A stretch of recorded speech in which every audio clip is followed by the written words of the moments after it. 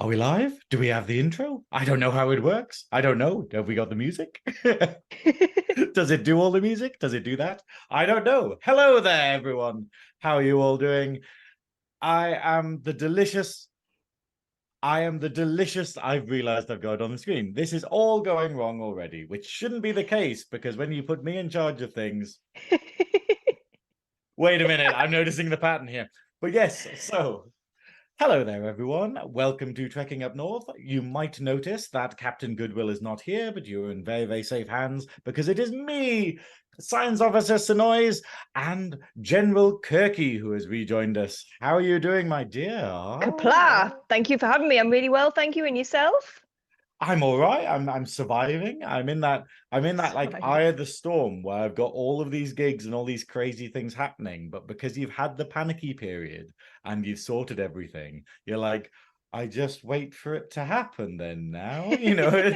It's quite crazy though. Like, coming from like a place of massive anxiety like I used to have. Like you'll know how anxious I used to get. Yeah. It's a bit weird, like literally just being told yesterday, oh yeah, when you're doing this show like next week, the drag race viewing party, oh, you need to do a performance as well. And I'm like, oh, that would have made me really nervous before, but I'll just pull one out the bag and just do that one. And it's kind of yeah, and it's kind of great, looking back and being like, oh, I've got fairly good with anxiety and whatnot. It's all that having to put yourself out there all the time. It It's all really is. It's tearing the band-aid off and just being like out there. But yes, anyway, we need to do this episode. We need to do it properly because we are professionals, as I said before. totally professional. Totally professional. We haven't messed up the intro already. Anyway. Space, the final frontier.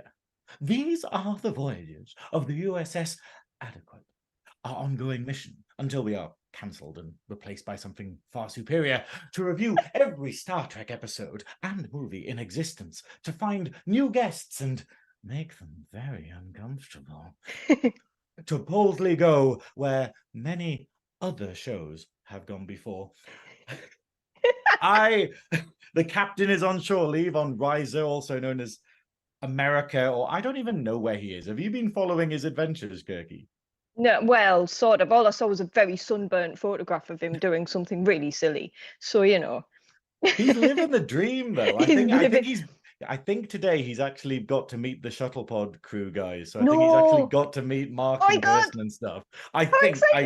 I've been way too busy to actually check, but I'm gonna go through the list and stuff. But I'm so pleased that he's having such a good time.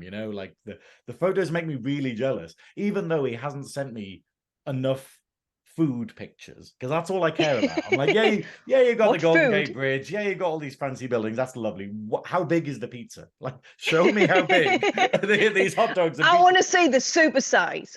Yeah, well, I keep hearing stories about like people going to America and being like, oh, we'll take 2 large pizzas, and the woman's like, you can't handle the large pizza, and they're like, yes, we can, and then they come back and it's like bigger than the table, and I'm like, I want that.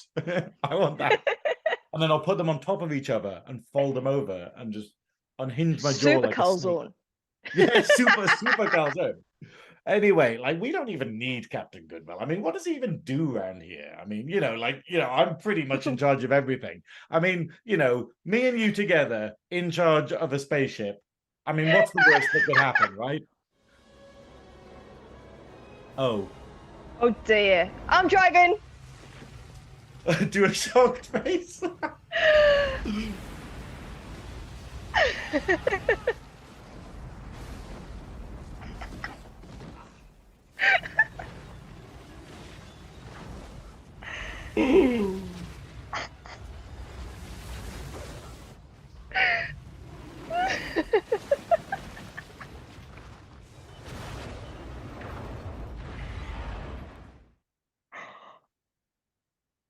Well, okay, that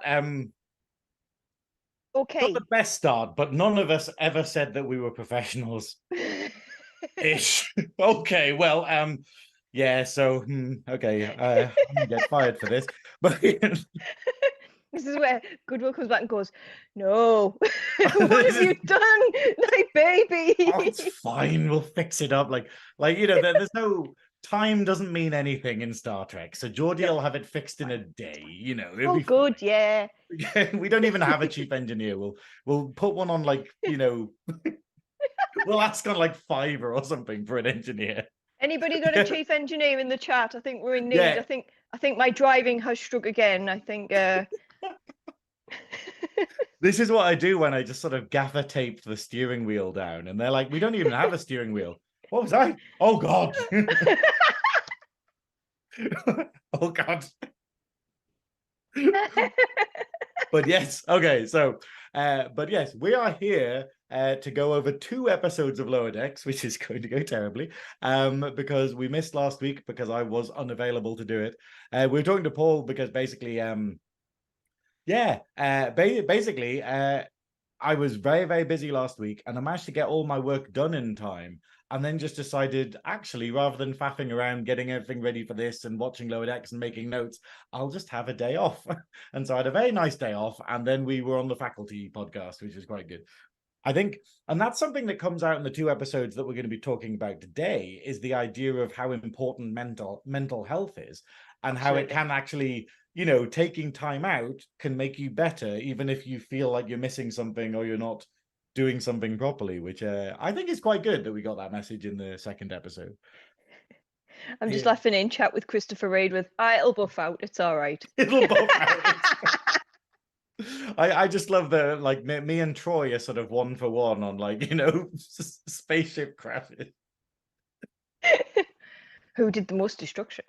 Yeah, that's it. Me. We are the only surviving members of the crew, but we'll get some more. We'll eBay some. we'll replicate some crew members. I'm sure that's a thing. It probably isn't one of them. No, what we'll do is we'll clone them. We'll get Goodwill back, and we'll do like a Riker clones. Just loads of transporter clones of them. But all with slightly different frosted tips. But yeah. Just different colors. We need the blue one. Get the blue one over here. Get the blue one over. That's medical. There we go. But yeah, so this is the final episode of the podcast tonight. Thanks. We ruined it. We destroyed it. We're left in charge. End of. But yeah, now you haven't been following Lower Decks this season, so you've had to sort of catch up a lot, haven't you? I did. So I have missed Lower Decks so far just due to work commitments and various other things. And also the fact that I ended up accidentally rewatching all of the Orville just by accident. So I'm not going to lie. I watched everything up to date in the last 12 hours. Well, bloody hell. And luckily for you, we're only going to watch the last 2 episodes. Exactly. So, that was a massive waste of commitment. time, wasn't it? Monumental waste of time, but I did it anyway. Well, how are you finding it though? Like, how are you actually, because it was this weird thing where Lower Decks is such a crazy gamble, and yet like we are loving it because it, like me and Goodwill, because we're just like, it's a perfect homage, but that's still a good show.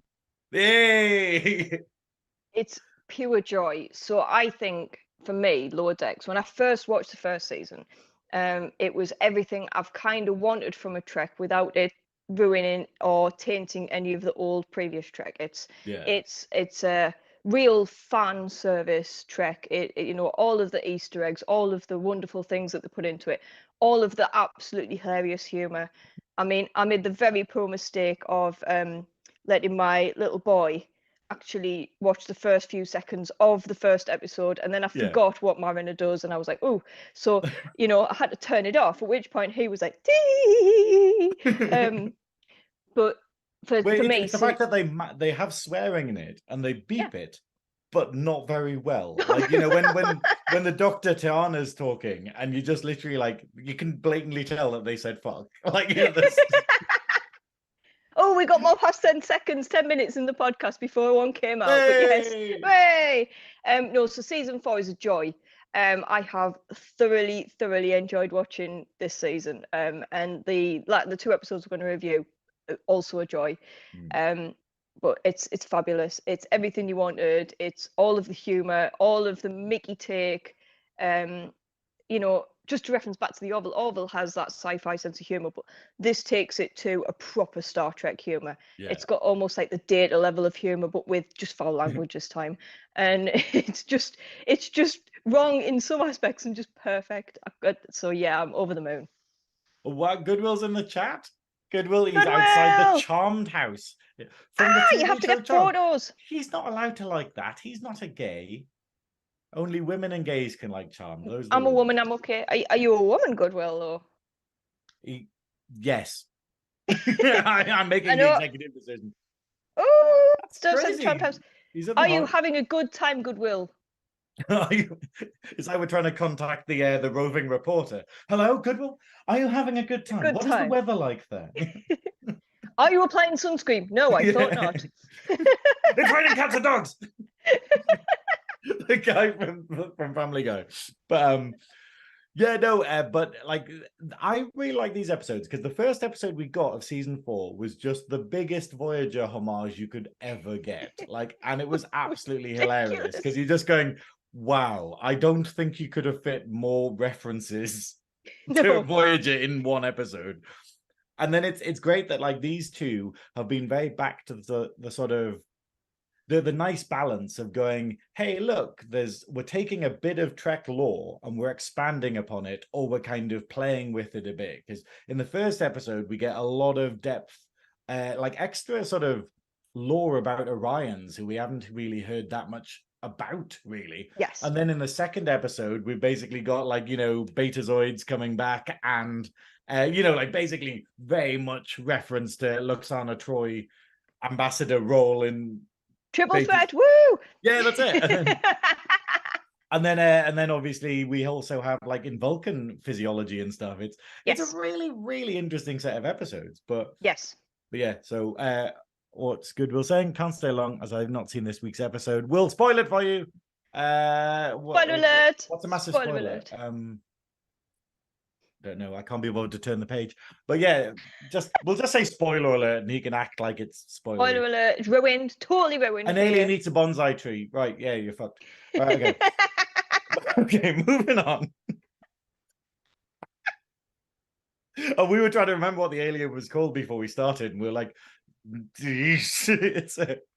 Just in case you're wondering, we do take notes on a regular basis. Just mine's a string of post-it notes stuck together because I'm that professional. This is the work I'm having to do when fucking Goodwill's not here. I'm like, oh god, I can't just turn up and talk shit. I've got to actually know what happens in the episodes. And then still turn up and talk shit. That's it. But that's what I'm good at. That's why I'm here. It's like this organized stuff. But yeah, okay. Let's get talking about the episode. Is everyone okay in the chat?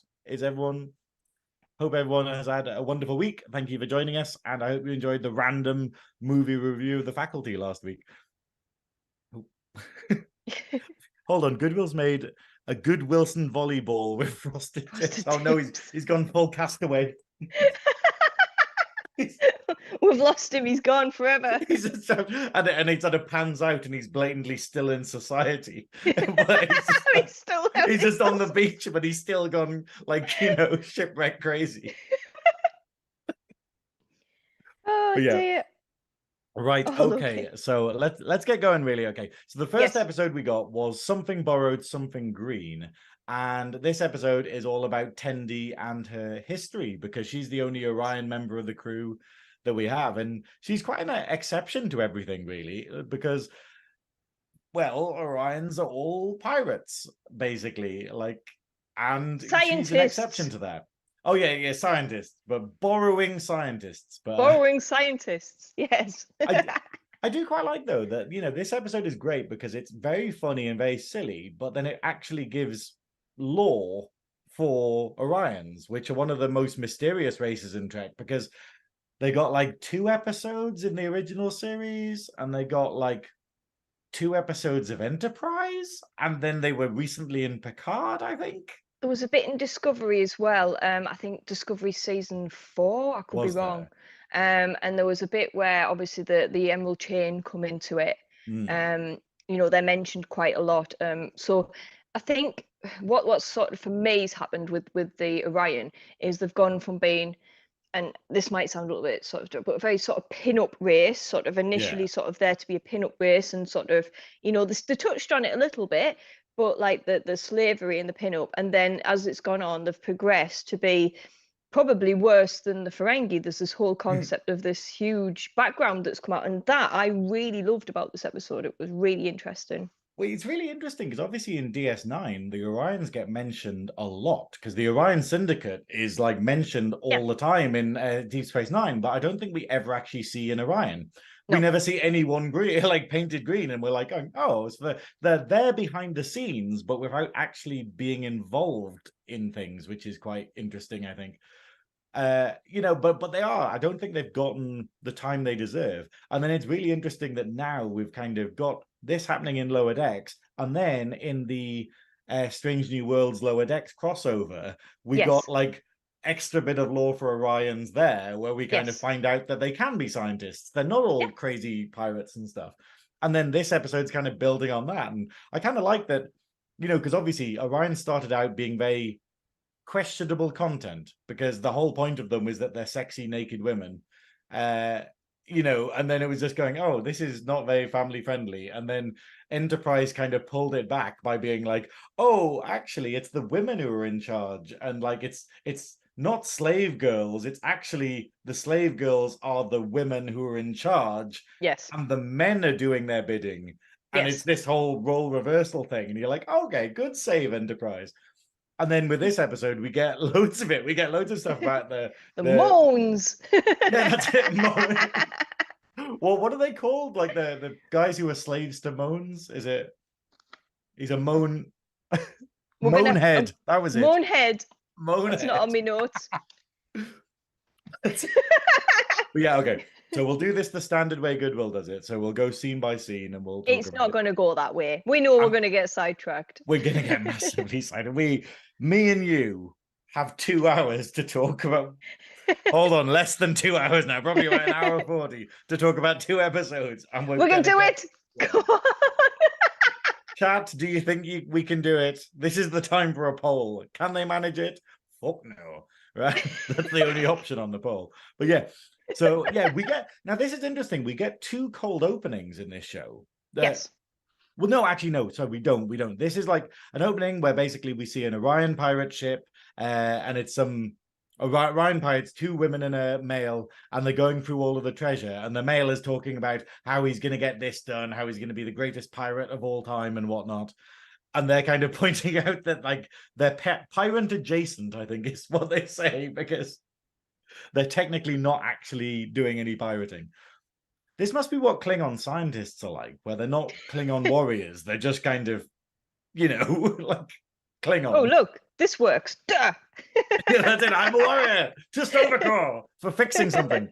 But yeah, and then we basically cut to the bridge, and these Orions come across the mystery ship that we've been seeing and we've been building over the last couple of episodes. So if you don't remember the last episode we talked about, every single episode of this series has had this mysterious ship appear and destroy one of the main races. So we like a ship of one of the main races. So we've seen it attack Klingons, we've seen it attack Romulans.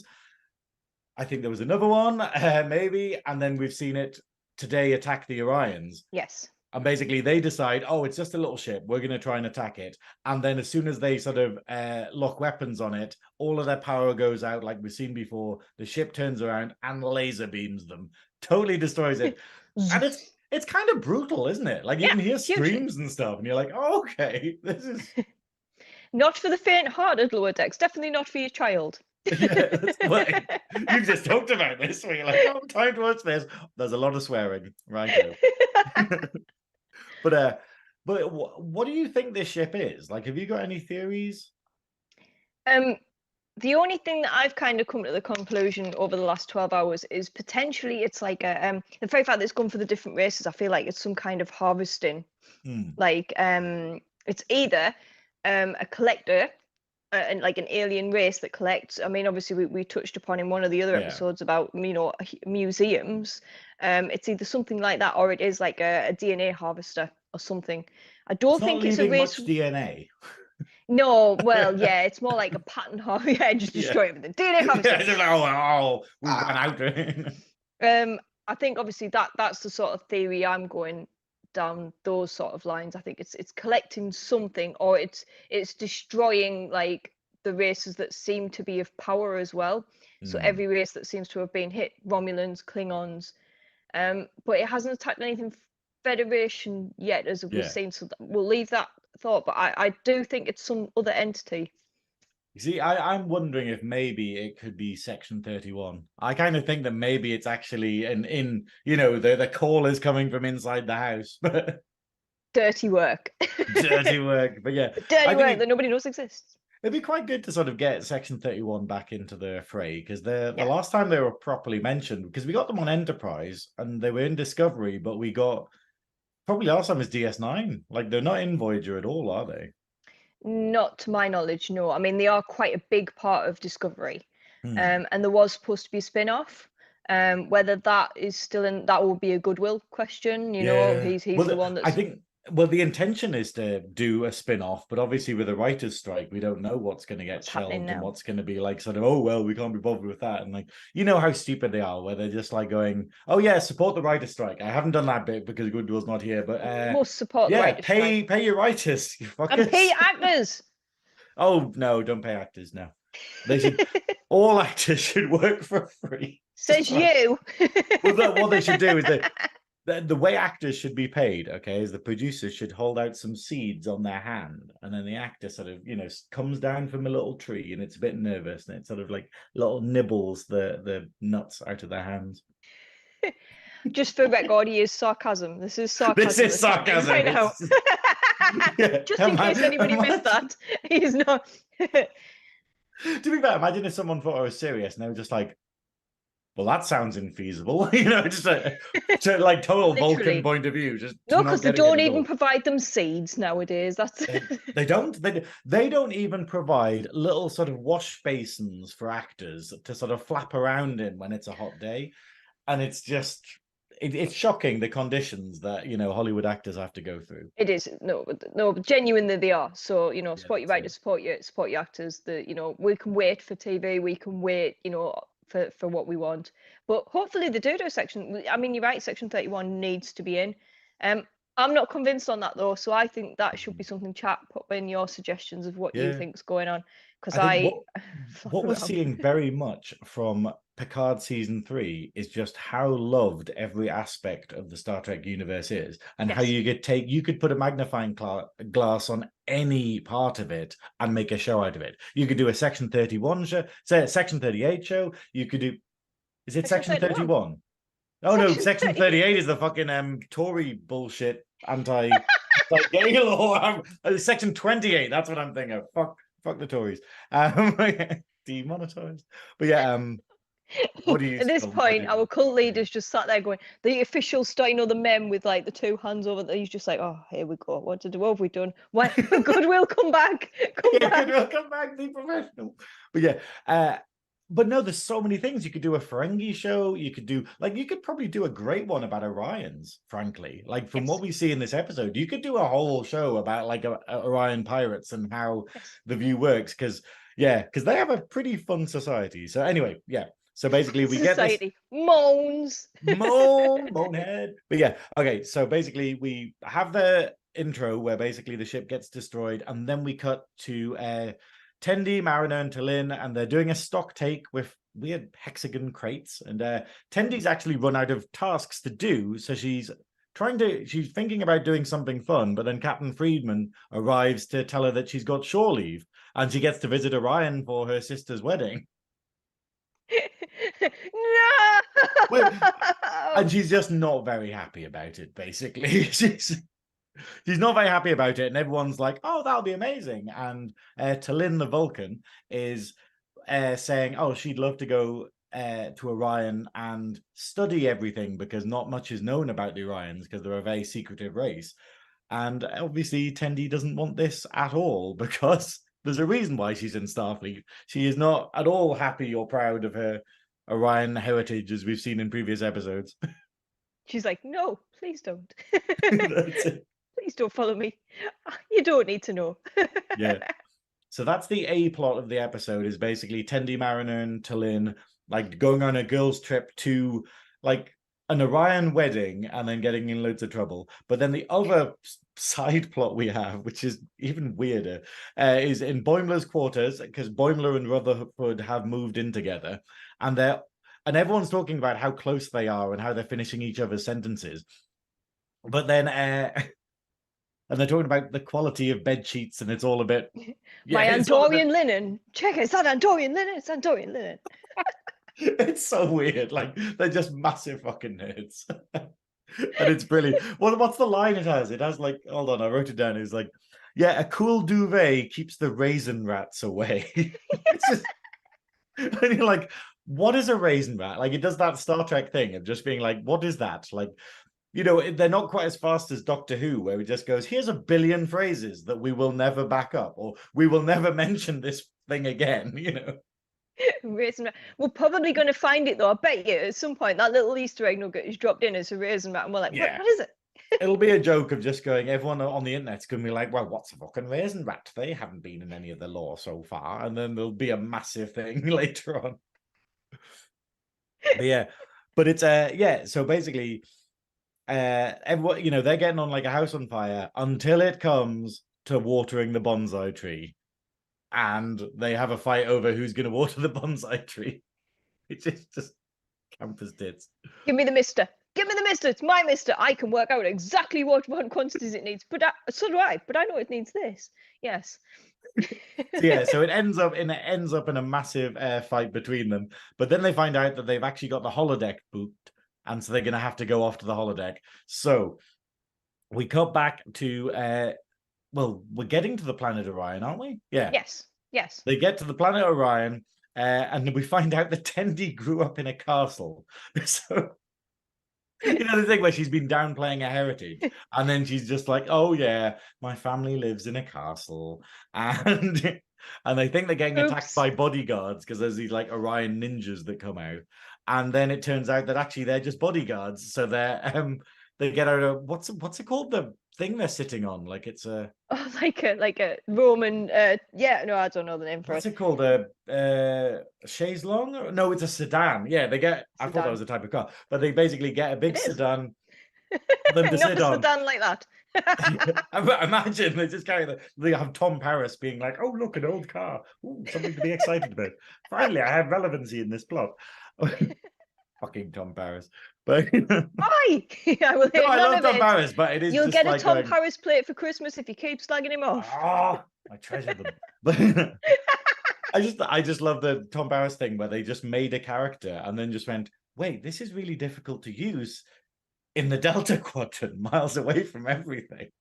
So they just had to make very jarring kind of episodes to go, oh yeah, he likes old films. So now we've got like, you know. Photograph of me meeting Robert Duncan McNeil. My face is like this. I was so happy. It was such a happy moment. And then I got the picture and I was like, my face looks terrifying. Is he a nice guy? Wonderful guy. Really genuinely lovely. But yeah, my face was just like the fan face of Doom. Because I was a massive He-Man fan when I was a kid as well. And obviously he was in He-Man Master of the Universe. And I was like, oh my God. Yeah, it's crazy thinking about that, like, because you know that thing where like something that was like when you were a kid feels like years and years older, like ago, and then when something when you're a teenager it doesn't feel that old. And Master of the Universe, the film, crosses that threshold when I'm just like going, oh, that was fucking years ago, but Voyager wasn't. I'm like, wait, hang on, they're like 10 years apart, like, you know, it's barely anything. Like, yeah, it's crazy, isn't it? Absolutely crazy. Yeah. And then I realized I'm old. We're both old. But yeah. Right. So where we're at, we are Tendi's home planet where she's been. And they're getting carried to the castle, and I quite like the fact that basically Tendi's just, you know, they're all going, whoa, you must be loaded. And she's like, no, my family's barely the richest, like the 5th richest like family in the syndicate. And he's just like, okay, only the 5th richest of like the biggest crime syndicate in the entire galaxy. And then basically what we get is a running joke throughout this where T'Lyn is taking notes on everything that happens. And it's basically Tendi trying to downplay how all the rumors about Orions aren't true and they're not all crazy, mad, sex-mad pirates and stuff. And then throughout the entire episode, she's proved right about everything, where we basically see that all the rumors are true about all the Orions. My favorite bit coming up in a minute. Yeah. Well, next we get to actually meet Tendy's parents, which is Queen Shona and Brut. Brut. When spelled, the subtitles I had on Amazon spelt it B apostrophe RTT or something, and I'm just Bert. like, that's Bert, it's just like, Bert. but done in a Star Trek way, so that's fine. But yeah, I quite like that. But basically, the plot is that it is meant to be her sister's wedding, but her sister Derica has been kidnapped, and apparently bridal kidnapping is a rite of passage. Yeah. That's all right. I'm sure they'll return. I'm sure a demand will come through soon. Don't worry about it. It's all fine. Just a bridal kidnapping. I just love this episode because it literally it's like you get an action movie or like a spy movie, like sort of like Bond or like John Wick, but where the character really doesn't want to be there. Like he's just very much kind of, oh God, do we have to have a gunfight? Oh, do we have to have this? And the whole thing is literally Tendi having to go on this like quest essentially through all of the sort of Orion underworld, and she's just winging it. She's just like, I can't be asked, but like, and I think it's a great take on it, rather than this suit. And obviously Mariner and Tulin are just like, oh, this is super exciting and like, really over the Mariner's like, top. oh yeah, oh, it's great. Look at this. And yeah, and Tendy's just like, oh God, I suppose I'll do the knife fight then. I suppose I'll go and speak to a drug lord. And I just think it's really fun, and it's the idea of this is what Lower Decks does really well, where it makes a very fun episode around a forgotten Star Trek concept, while still being incredibly funny, I think. Yes. Yes. Yeah, and then what do? They're like, oh well, go and save your sister. We're off to the oil baths, and you're just like, okay. And Mariner's like, I want to try these oil baths I was talking about. Yeah, but yeah, it's just that thing about like we're just finding out that Orion's society is absolutely fucked, basically. Absolutely zero parental care whatsoever. Yeah, we're off for an oil bath. Go find your sister. She'll be fine. Now the next scene is one of the most. I keep thinking they can't do more obscure TNG references, but then they just keep one-upping themselves. Because in the next scene, we have Boimler and Rutherford, who, after misting one another, they've gone to the holodeck because they had it booked. And they both turn up as Mark Twain, which, if you remember from, like, I forgot, well, what's the episode from TNG? It's like the end of series two-parter, isn't it? But it's the one where Data goes back in time. They find Data's head, Data goes back in time, and then he basically gets stalked by the author Mark Twain, like the most southern gentleman in the world. And when I was a kid, I didn't know who Mark Twain is because American history. Why the fuck would an English person know who Mark Twain is? But now I do. But I thought it was Einstein. And I was like, why is Einstein following around? Why is Einstein Southern rather than German? Because he's got this big sort of bouffant, like, like gray hair. And easy mistake to make. Yeah, that's it. I was like, so he was like Southern Einstein. And then as an adult, I'm like, it's Mark Twain. I'm a fucking idiot. Now I know. Yeah, that's it. Now I've learned something. But no, it's quite good. So it's like they both turned up wanting to play Mark Twain in this holo novel. And obviously it's the whole, well, one of us is going to have to change. And they start arguing again, just like the mister. Yeah, that's it. Well, I'm not going to change. You're going to change. No, I love that. So they go into a slew of insults against each other, but they're all keeping in characters. They're all like Southern insults, and like tarnation, and one of them is like grits, and I'm like, I just love it. I just like, it's obviously there's something very therapeutic. It's like when I try to talk like Southern, where it's like, all right, my loves, yeah, right, yeah, gonna go to London and get like some sort of eggs in there, and then I'm gonna put them in my bra and like, yeah, be proper banging, and but there's something therapeutic about talking like that, and I think it's the same for the Southern American accent. Does anyone in the chat find that? I'm reading the chat, and all I've got so far is sex mad pirate. You say it sounds like an episode of Big Fat Gypsy Wedding. You never watched. Accurate. If they were green, it would be. So I do love the Southern American accent. or I as the Southern, really and liked it. both actually. I think it's really interesting. So like when you watch sort of the filming of Mice and Men, for example, that uses a really strong Southern American Yeah. accent. It's fantastic. And the Southern English accent is very interesting, is all I'm going to say. It's a choice, but I do declare. but that's it. Like my favorite thing is on the I love that accent. There's a oh my lord, I do declare. Like actually fucking the Disney movie The Princess and the Frog. It's one of my Yes. favorites, and it has the character of Lottie in it. And I just love her accent. She's just this like Southern Belle kind of thing with a wonderful accent. I love that so much. On the Girl podcast, we've had like quite a few guests who are from like South America. Well, no, Southern America, not South America, Southern America, and they have that wonderful accent. And they say that they sort of find themselves downplaying it when they're in like other states and stuff. And I'm like, no, you should rock up with it and just be like, that's how I sound.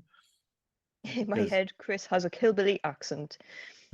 Yeah, there's a southern drawl and then there's a hillbilly no in between. Do you know what it is? I wonder, for me, I wonder what it's like when you're American. This is something obviously I'm sure Mark will be able to say. To hear yeah. then our northern accent coming out, it's got to be really difficult because, yeah, we're used to Yeah. it. Well, But we have it sometimes on the Girl podcast where we'll have like Canadian guests mainly, like Canadian guests for some reason, just when they hear sort of Stu and Glenn who speak very much Northern, like they'll just be like, "What?" and have to repeat themselves and stuff. And he's just going like, "Oh wow, but we're used to it." Like, I think because I talk weirdly, like I think that's a posh, bit easier, because but you're it's posh. And I because can you're say that fucking because I've posh, known you, so like, because you're yeah. posh. I sound like a chap. You got 20 pence for the May. Yeah. Hey man, shut up. You know who me dar is?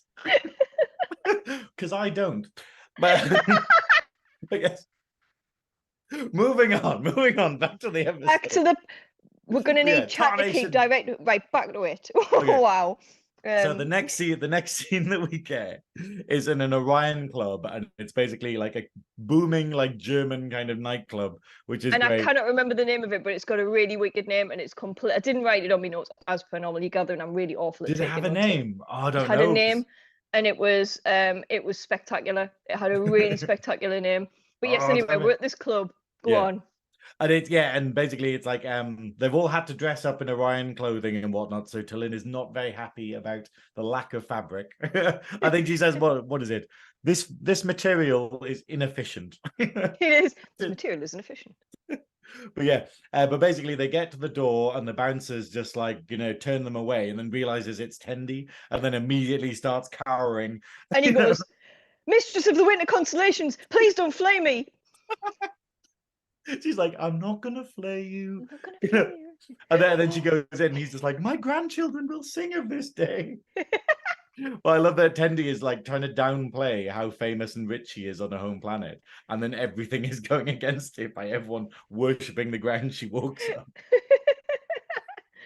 Yeah. But yeah, and it's quite good because they're in the club, and then basically the madame of the club, which is who they've gone to see, literally just throws a dagger out of nowhere while they're standing at the bar, and it gets Mariner in the shoulder, just Tendi straight kicks up it stabs her. straight in the shoulder. And she's like, ow. That's it, and no one's bothered at all. But basically, that's how they greet people. Like the pirates is literally just throwing daggers. That's their introduction. She takes it out and she just puts it in a jar full of blood to go to daggers. Just there you Yeah, go. like it's like, oh well, like it's like a used glass or something. They're just like, oh well, it's a I'll wine put that in club, there so for his blood love. soaked daggers are a thing. But yeah, no, that's it. But yeah, basically Tendi has a standoff with her. She's refusing to give her any the madam's refusing to give her any information. So what do? They play like a weird drinking game where they get like Yes. a Murder ball bug. out. Murder bug drinking game. Murder bug drinking game. Which I totally think at some party we are going to have a murder bug drinking game. Where are we going to find a murder bug? Oh no. Can we use a hamster or something? If we dress up a hamster as like a giant cockroach or something. Hey, Legend of Land, So welcome to the the chat. murder bug in the murder bug in it is like a small creature that comes to bring it out in like a little tub, and it's all like, meh. It's like a little I can't even describe it. It's like got proper fangs, like a little mini predator, Yeah. and they let it loose, and they've got to do a shot in order to get the Yeah. shield. I So haven't been so they drinking from have the to take shield a of the they hand. have to take it they have to put the hand down on the table to attract the bug. Then they have to take the shot, and then when they slam the empty shot glass down, it creates a force field around their hand that makes the bug not go for them. And then the bug turns around and goes to the other person who has to do a shot and do that. So when they can't do any shots anymore, the bug will get their hand basically. And I assume that it's instant death. Like, yeah. It's got to be, hasn't it? Anyway, just to clarify, just as the cult master has put in, no, we aren't drinking anything from a hamster in chat. We weren't going to drink anything from a hamster. Paul won't But let thanks us for have spoiling any our fun. fun.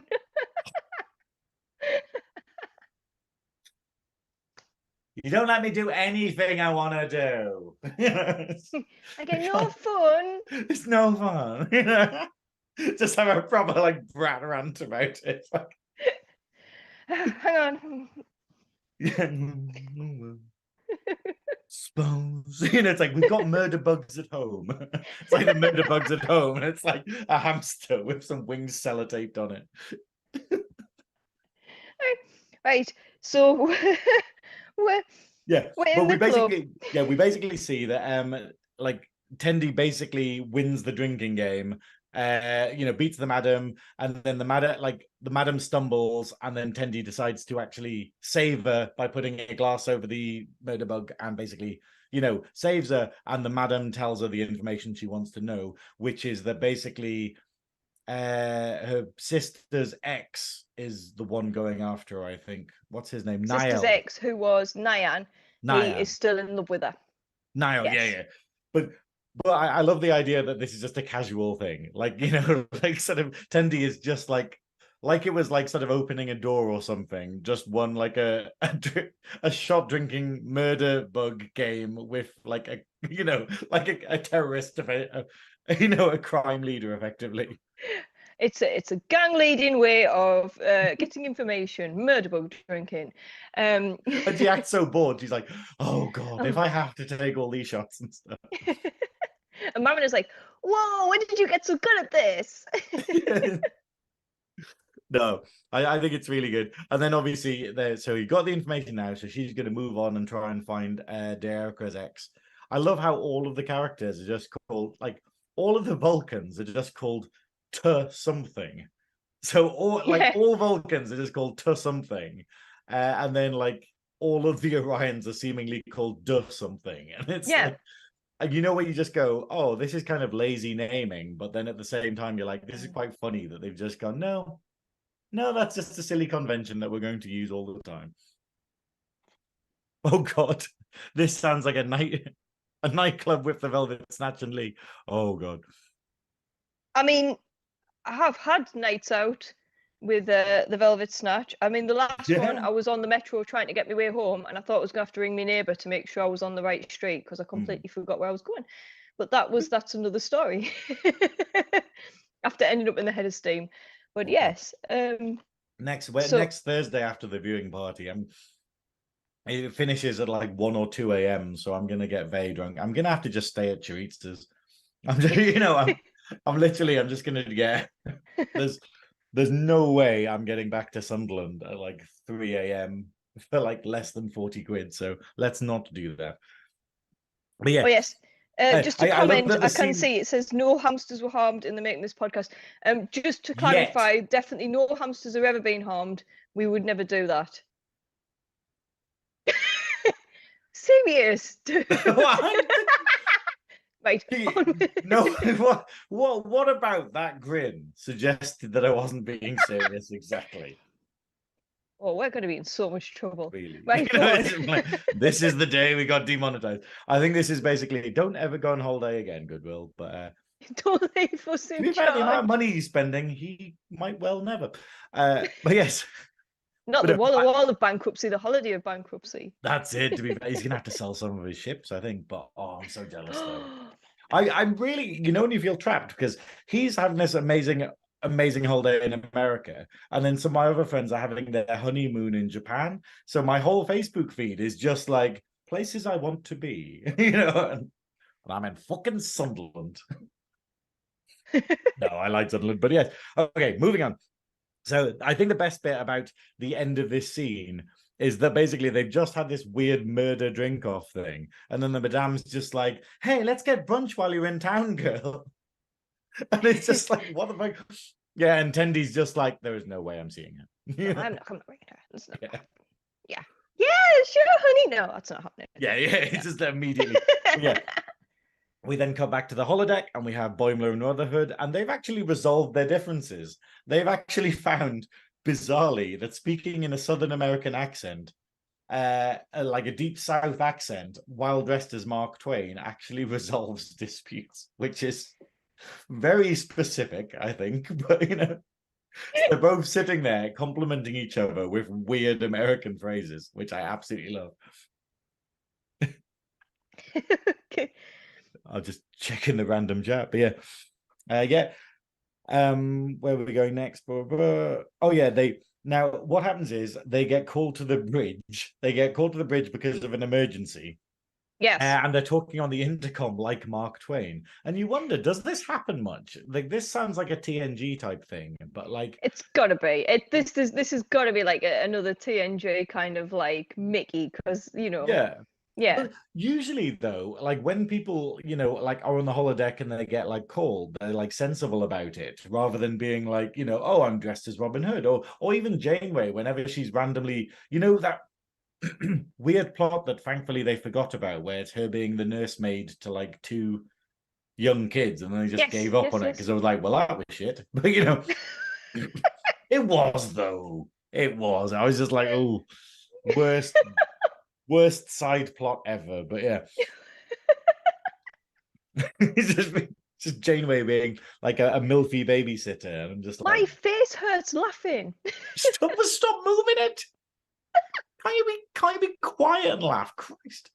Just be like, be Vulcan, okay? Just be Vulcan. Just control yourself.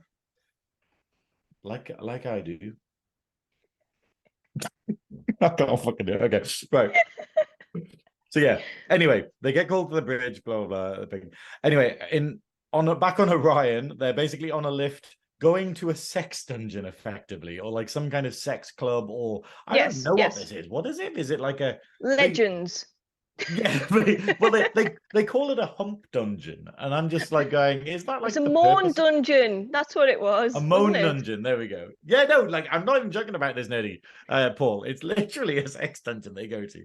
I heard MILF. So just to, I mean, obviously it's later at night. It is an adult program. So yeah, it is it's like a moan dungeon, but it sort of leans into the original sort of Orion thing, doesn't it? Because obviously the first Orion's like, obviously had the ladies in the chains. Now she walks in, and honestly, for anybody who was up here in a certain era, it kind of did remind me of Legends a little bit. They walk in, and there's like a guy in a cage, and he's like, "Oh," and you're like, "Oh wow, this is like a really weird club." And you know what it is? Tandy's like, "Yeah." She's like, yeah, this is perfectly normal. Tendy's like, yeah, this is like perfectly normal. And Marina's like, wow. It's that they've turned it on its head a bit, because obviously, like I was saying at the beginning, like Star Trek did have the problematic like Orion slave girls, where you're just going, okay, this is a bit sexist.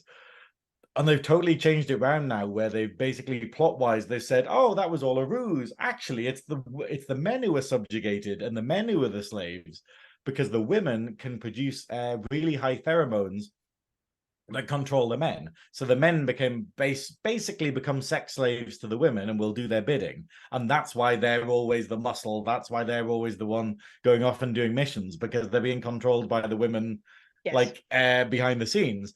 And rightly so. Yeah, well, as it should be. I mean, everyone loves a girl boss. Someone was saying the other day that the term girl boss is like sexist, because it should be woman boss or something. Like, because it's like going, oh, you've got to be young, and I'm just like, just be a boss. Girl, woman, wench, whatever. Wench boss. And this is my wench boss. They control my wenches.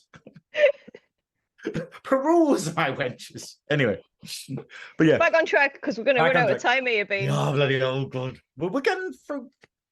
We're doomed. Okay.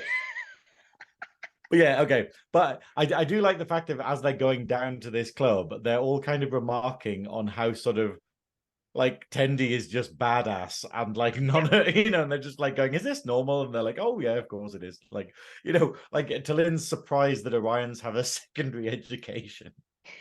Because when they're basically all pirates or sex slaves, it's going like, yeah, actually, why do you have like GCSEs or something?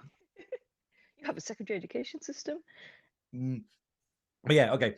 And it's quite good because obviously this is a flip side of the original thing where instead of sexy Orion women in cages, we're seeing sexy Orion men in cages and women basically sort of enjoying their company as you might say. Yeah. And I like how this ties in with Enterprise because obviously Goodwill is very excited when we have like the wider Trek lore accepting Enterprise because it was like not hated, but it was they kind of went, oh, we released a show at the totally wrong time and then we totally mismanaged it and fucked it up and then we're wondering why it didn't work. Oh, it mustn't have worked because it was a bad idea. And you're like, no it wasn't. But it was it fits. It's like I said, there is no bad Trek. It fits. I just think it's a little bit like the DS9 scenario. DS9 came out at a very pivotal time. And like I said before, I think when I was on one of these before and I spoke to Ira, he said it was just way ahead of its time. And I think in some respects, Enterprise was just way ahead of its time. And I think that is sometimes all Trek, when you look at them now, a lot of them when they came out were very, very cutting edge for the era that they came out. And they were very, very political as well. And I think that the same with Enterprise. I think as generations are going on, it becomes more and more cemented as part of it because people are taking it on more and more. Same as Deep Space Nine, more and more people are accepting of Deep Space Nine. But I remember when it came out, it being less so. So well, loads of people were complaining because they're like, oh, but they're not going on adventures. They're not like going off to new planets and they're not meeting all these things. But you're like, yeah, but the building blocks are still there. There's still new alien races every week. There's still like, all of this intrigue and stuff. But I think it was the fact of because they weren't going to new planets every week and whatnot, and that it wasn't a different sound stage all the time. It was the they had like days, 4 corridors in DS9. They have like 4 corridors, and they're like, we're going to use the fuck out of these. I'd love to speak to Ira again just to ask him if he would probably do something different or if there's anything he would change. And if I do get back to the next Trek and he is, the next Trek cons or one of the ones where he's there, I'll probably try and ask him and say, look, was there anything? But I know for a fact, it was his heart and soul that went into that. And it was just very different for the time. And the same for Enterprise. Enterprise was like it was the early days of Trek. It wasn't, but it was sort of very, and to put that into context, when you look at it now, it fits perfectly, but it didn't at the time, I think, in one respect. What Paul's pointing out is like when a new show comes out, they change it up a lot and people don't like the change at first. And that's very much the case because have you seen those news clippings about TNG? And people are like, this will never work, it's going to be rubbish, how can you do Star Trek without Captain Kirk and Spock, and this guy doesn't even have hair, he's going to be shit. And then you're literally like, well, that aged badly, because it's one of the most beloved. And it's the same, same with Discovery. Discovery came out, I personally absolutely adore Discovery.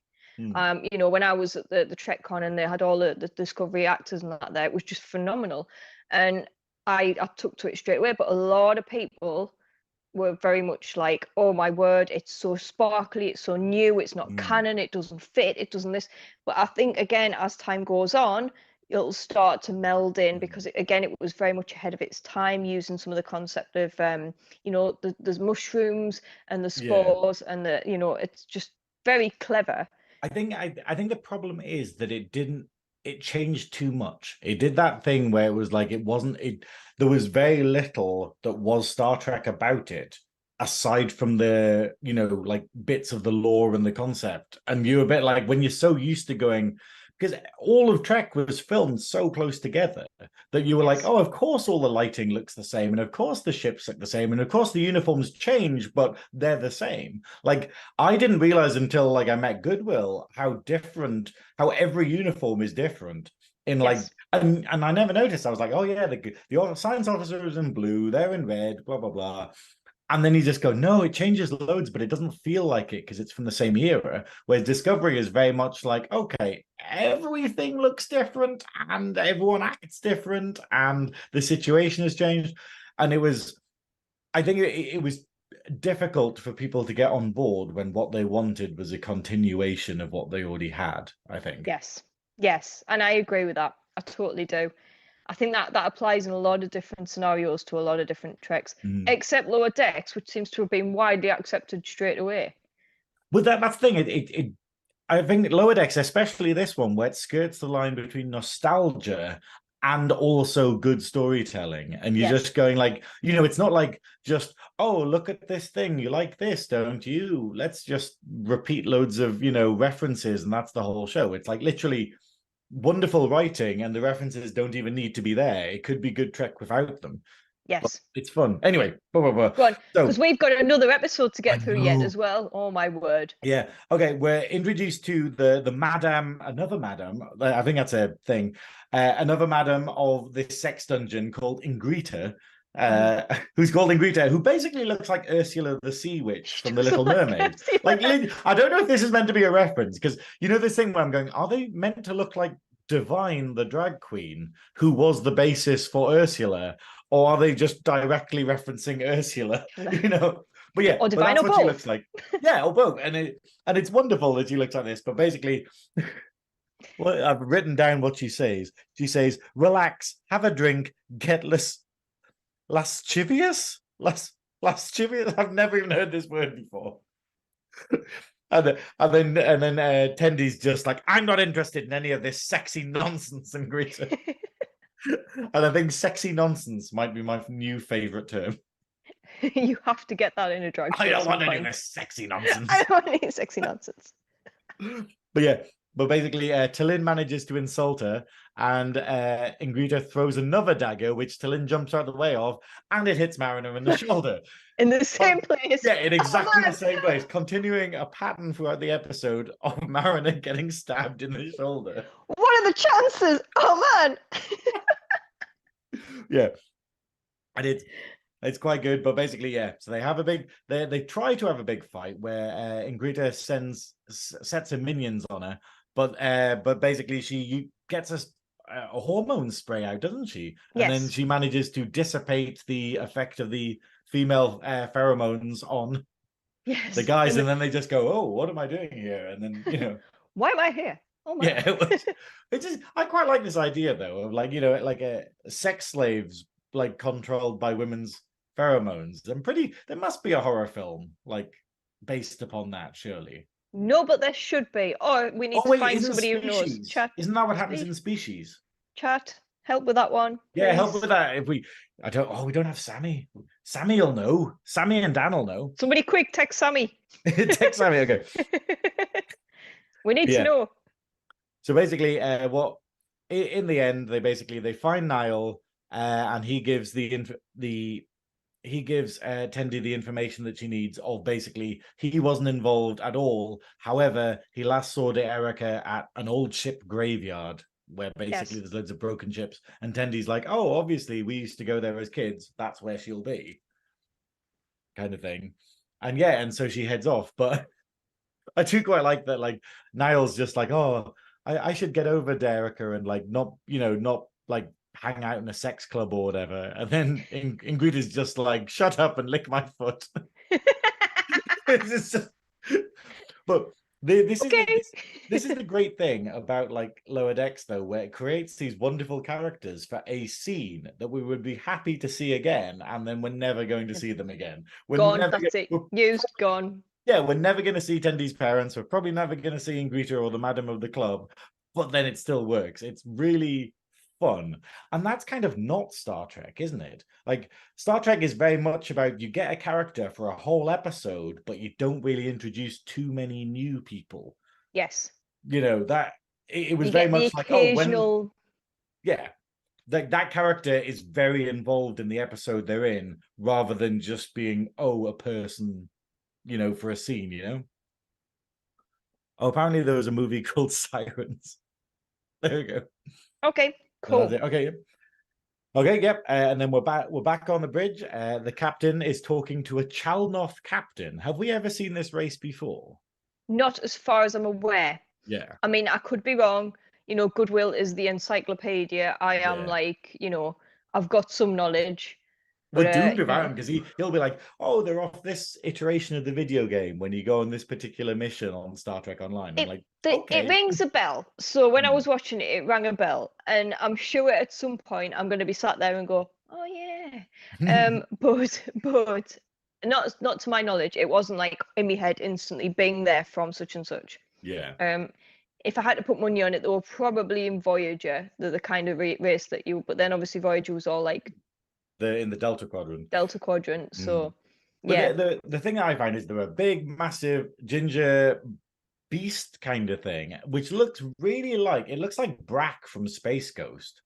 Do you know who I mean with that? Like, it's that's the vibe that I got from it. Just this sort of like, and obviously not as dumb as Brack, but I thought that was quite good. But it was like, but basically they're both very angry ginger big beast. Very angry. Yeah. Angry big beast. But yeah, so the situation is that the ship is trying to scan a particular, it's like a vanishing nebula. It's like a nebula that only appears once and then it vanishes. Once in a lifetime for them. That's what she says, once in a lifetime opportunity to scan this nebula, and he's like, absolutely not.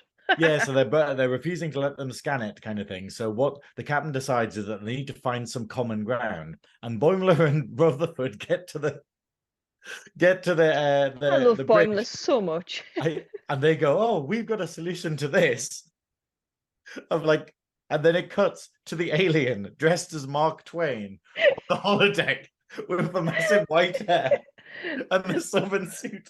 And then it pans out and Captain Freeman is also dressed as Mark Twain. I love and they're sitting there so and they're and you're just like, how did this situation get to this point without someone saying this was a shit idea? Well, I do say. Yeah, that's it. Why am I wearing this itchy wig? Yeah, that's it. He's just like, why am I wearing this witchy hair hat? Yeah. And Boimler and Rutherford think that maybe it's not working because they're not speaking in a in a southern accent. And yeah, so you should definitely watch this episode. Watch this scene. It's very, very funny. And it basically ends exactly how we expect it to end, which is with the Chalnoth basically tearing off the outfit and smashing everything in the room. Massive temper tantrum. Yeah. But then Boimler mentions that that he needs what I don't know what the context is, but basically it goes south, and Boimler mentions his bonsai tree. And then the Chalnoth captain is immediately like, what is bonsai? And then it cuts away. Yeah, we're back on Orion. We're in the ship graveyard now. And Tendi confesses to them that she's been trained as an assassin. And all of them are just nonplussed. They're just like, yeah, we kind of got that. Like, that's not really a surprise. Like, I think Mariner says, yeah, you can't just say you're joking around when you kick flip a knife out of the air. Yeah, it's just like going, oh, wow, Yeah, but I quite like that she's coming out the other way. So she's basically, rather than coming out to say she's an assassin, it's the fact that she had to come out to her parents and say, I don't want to be a pirate captain assassin. I want to be a science nerd. I mean, if there's not an irony there, I don't know what it is. No, please don't make me be a super assassin pirate. No, I want to do science. I'm so annoyed that I had to train as an assassin for years and stuff, but I just want to do science. All these ninja skills are wasted. But that's it. And I think it's quite fun that it's like the opposite, where she's come out as a nerd. And then, her friends accept her, but then but then her sister appears, Dearica, and basically it all comes out that she's accusing Tendi of abandoning her family, and that she staged the kidnapping in order to get Tendi to come to the planet to save her, so that they could have a showdown effectively in time for the wedding. Yes. Yeah, it's a very interesting scene, I think, you know. And what is it? What happens next? Yeah. Yeah, I quite like Tallinn is still making her notes where she basically goes, interesting, Orion solved disputes through violence. And Tendy's desperately trying to say, you know, not all Orions, like trying to make this whole like, no, we're not all ninja pirates. But then like Tallinn is literally witnessing everything that suggests that they're all crazy ninja pirates. Just all crazy ninja pirates. But yeah. I think the best thing is that Dearica immediately throws a knife at Tendi. She dodges out the way, it bounces off the wall, and guess where it goes? Into Marina's shoulder. Marina actually actively hides though when she sees the knife come out. She goes, "Oh hell no!" and she hides, and it still ends up in the same spot. And she's like, "Oh man!" Nobody's bothered about like Marina just getting stabbed multiple times. But yeah, 3 times, 1 shot. So back on the ship, the alien has discovered the bonsai tree and he's absolutely in love with it. So he promptly eats it and then drinks the water from the misting bottle.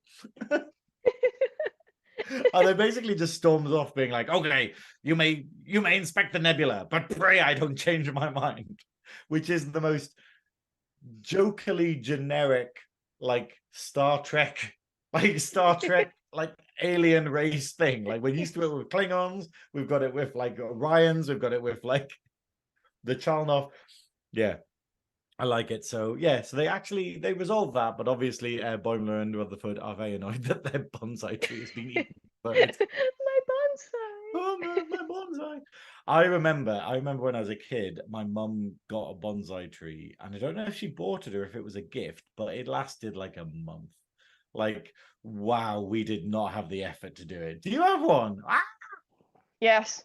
And it is looking very sorry for itself, like it has been eaten. Let's put it that way. That's it. That's not going to feed a full Chalnov. No. That's it. We're not getting to scan that nebula anytime soon. No, you don't want to scan nebulas, though. All right, okay. What's next? Blah, blah, blah. Yeah, so basically, back on Orion, the girls are fighting. They're having this crazy ninja assassin fight and whatnot. Dearica is accusing Tendi of abandoning her family, and it kind of all comes out like this sort of sister to sister sort of like argument of basically when Tendi abandoned her duties as the prime of the family, as like the head of the family, effectively, as the oldest daughter. All of it fell to her younger sister, so that she had to become the crazy assassin. She had to become like, you know, the main crime giver. I don't know what you call it. The main crime lord of the family. Main crime lord of the family, main pirate and assassin of the family. Yeah. What a shame. But that's it. And Tendi, you know, and he's just like, Tendi's just like, you know, like, "Oh, I thought you'd be happy with that." And she's like, "Yeah, of course I am. I wanted to be the assassin." Like, I like the way cult leaders said everything. This sounds so bizarre. Honestly, we're trying to explain it. It's never going to sound anything but bizarre. the whole point of us doing Trekking Up North is to show how excited we are for these, how amazing these episodes are, and why everyone should be watching fucking Lower Decks. Absolutely. Except joy with Lower Decks. No, let your child watch it. Just, you know, you don't need to be a good parent, Kirky. You know, like, there's no rules. You don't have to be a good parent. Like, well, social services, but fuck it. You know, get another one. Yeah. Live your life. Make mistakes. It's probably good that I haven't been able to have kids, because I'm like, no, oh well, need a backup. Goes into school going, "I watched a program with my mum and they got a batlet stuck in their leg." They kept throwing knives at things. I remember being in school and like some of the stuff I'd come out with, and the teachers were like, I mean, it was before they had social services on speed dial, but back in the day, I was just like, yeah, I shouldn't have really gone in English class and written a story about the movie Predator at 9. You know? Yeah. I might have said on my I think this was junior school back in the day, of sort of, what do you want for Christmas? And I think a Chucky doll was not the right answer. This is probably more of a Monsters Up North, but apparently there's an amazing Arrow DVD collection, Blu-ray collection for Chucky, what they call Child's Play. My brother's already put it on his Christmas list, but it's all the movies in this massive fold-out box and stuff. So that should be class. Yeah, no idea how much it is though. It feels like one of those ones where they're like, this is £200. But yeah. Either Nerdy up north, either another parent or another kid, probably another parent at this point. Sorry. Paul has literally just sent me the film he was talking about before we got started, which is what they're doing on Sunday, which is like, because they're starting the horror season on Nerdy Up North with shark movies, which I didn't believe was a horror thing, but he just sent me a poster for Shark Side of the Moon, which is a sharks in space horror movie that I need to see now. Now that the poster makes me want to see this. So yes, everyone needs to tune in at 7:30 on Sunday, I believe it is, for that. But we'll do all of that at the end. I feel like I desperately need to say that. Yeah, it sounds class. Anyway, back on track. Yeah. Okay. So basically, Speedy. Basically, they resolve their they resolve their dispute because basically Tendi basically explains that she didn't abandon her because she knew that she could do the job. She knew that she could be the head of the family. And they basically, they resolve their differences. And then they go, okay, cool. Let's go to this wedding then. And then they realize they don't have enough time to get to the wedding. So Tendi uses her science skills to hotwire a stolen ship, which is, she's been trying to point out how she's not a badass pirate. And then she's like, okay, let's just hotwire and steal a ship. Then fly that. And then basically the next scene is that they basically are flying to get to the wedding. T'Lyn is making all of her notes and whatnot about to report back to Starfleet about what she has found out about the Orions being on this trip. And Tendi's basically going, could you leave some of the stabbings out of your report, please? and T'Lyn, maybe don't mention all of the bad stuff, even though it's all been bad stuff. And T'Lyn responds by actually just throwing the pad out the window and basically saying, oh well, the Orions will have to remain a mystery, which I think is very cool of her, because she doesn't have emotion because she's Vulcan, but she's very much she's got a heart, and I think that's quite good. But naturally we then cut to the ship starts to crash. They lose control of it, and then basically it cuts to the wedding, and then the ship just crashes in the distance. And it's just the most pirate thing in the whole world, like Space Pirates. And then basically they turn up. They're all sort of torn clothing and whatnot. They turn up and they're just like, sorry, had to steal a ship. And then sorry, everybody. That'll do. Yeah. And then basically they get to the wedding. They go through the wedding. The sister gets married. The groom is hot. The groom is actually pretty hot. He's got a goatee going on. He's got lots of hair. Right. I thought he was all right. He was a bit too green for me, but I'm, space xenophobic, I think. I thought you weren't that fussy. Not anymore. Not at my age. You take what you can get, really, don't you? Yeah. Buy me a drink and a packet of quavers. I'm yours. Greenest. I'm a greenest. But and then finally that whole plot line is resolved. And then on the ship, Boimler is annoyed that he missed the whole thing. Like all of this stuff, he's been fighting over bonsais and dressing up as Mark Twain, and he missed basically going to a pirate planet and doing pirate missions. And whatnot, but then they find out that they can't get mad about anything anymore because they found a new way of resolving their differences. And then it cuts to them on the holodeck, both dressed like Mozart, playing harpsichords, and it's just it's just bonkers. I'm just saying this, knowing how confused Paul is going to be, by just everything that happens in this episode. So basically, I think this is, to be brash, I think this is probably one of the best Lower Decks episodes I've watched. I think I have not laughed so much. And even talking through it, we've taken such a long time to talk through it because it was so in-depth, so clever, so funny. And and just so unbelievably, like, so many little Easter eggs for like hardcore fans. Great story, great characters, like, that you'll never see again, or we might see like in 3 seasons time if it's still running, and then we'll be like, oh yeah, Well, and remember them? also it's added to the lore. Like, it's this Yeah. idea of, you know, all this stuff that they added in, like moan heads and like murder bug stuff and the clubs and whatnot, and all the stuff that they were saying. Like, what do they call Tendi? They called the mistress of the Mistress of the winter constellation. winter Yeah. constellations, yes. All of that is new lore that we're getting in about the Orions in Trek. Yeah. And Lower Decks has done a silly comedy episode, but that literally, like, Strange New Worlds and everything can just be like, oh yeah, that's a thing now. Oh yeah, there's moan dungeons. Oh, you know, and that's the wonderful thing about it. Builds, you know, obviously it does it silly sometimes, where it now has a space koala, which exists in canon. Which I don't think Discovery will use that, but maybe. But, you know, but it's there to play around with, I guess. But yeah, okay. But that was the episode, and it was called Something Borrowed, Something Green, and yeah, I really liked it, and I didn't think, I really enjoyed it. I loved it, and I do think it's one of my favorites, 100%. That's it. I I mean, couldn't name my favorites of Lower Decks. There's so many.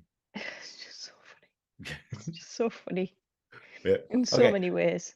Now, the next episode we have is quite good because, like, it's an episode centered around Tallinn. And I don't think we've had an episode about Tallinn yet, because they're one of these weird characters where they're basically a Vulcan who's serving on the USS Cerritos, which is the main ship that the crew for Lower Decks are part of. But it's interesting because they are very much... They're a typical Vulcan, and it's always good in Star Trek when we get actual Vulcans, because a lot of the time we get ones that don't act the way they should and whatnot, but when we get ones like T'Pol from Enterprise, like Tuvok from Voyager, I had to struggle there. Yeah, Tuvok from Voyager, not Tuvix, because fuck him. Tuvix! I knew that was coming. I could have waited for that. Rest in peace, Tuvix. We don't talk about Tuvix. So Jane will get you in your sleep. But yeah. But no, so it's a great episode about them, and it's wonderful because what we get is this wonderful mashup between two races that I don't think we've had any interaction with in Star Trek before, but that really should have interaction together, which is basically the Betazoids and the Vulcans. And that's basically what this episode is about. So should we do this the same as the previous one, where we're like going scene by scene, or should we just talk generally? Let's go scene by scene, but I think we will find that this one we will go through a lot quicker anyway. Because it wasn't as in-depth. I didn't feel this episode was in-depth. It was very clever, but I don't think scene by scene it had as much volume per scene. I think, you know, all very seamlessly flowed. I mean, my notes on the other one were quite in-depth, whereas this one I've got just a few things because I was kind of like very taken in with it. And again, like you said, to see Tallinn and to get her story, because there wasn't that much background. She just popped up, and then to get her background, you know, knowing she's a Vulcan high command officer who's been apparently not Vulcan enough. Yeah.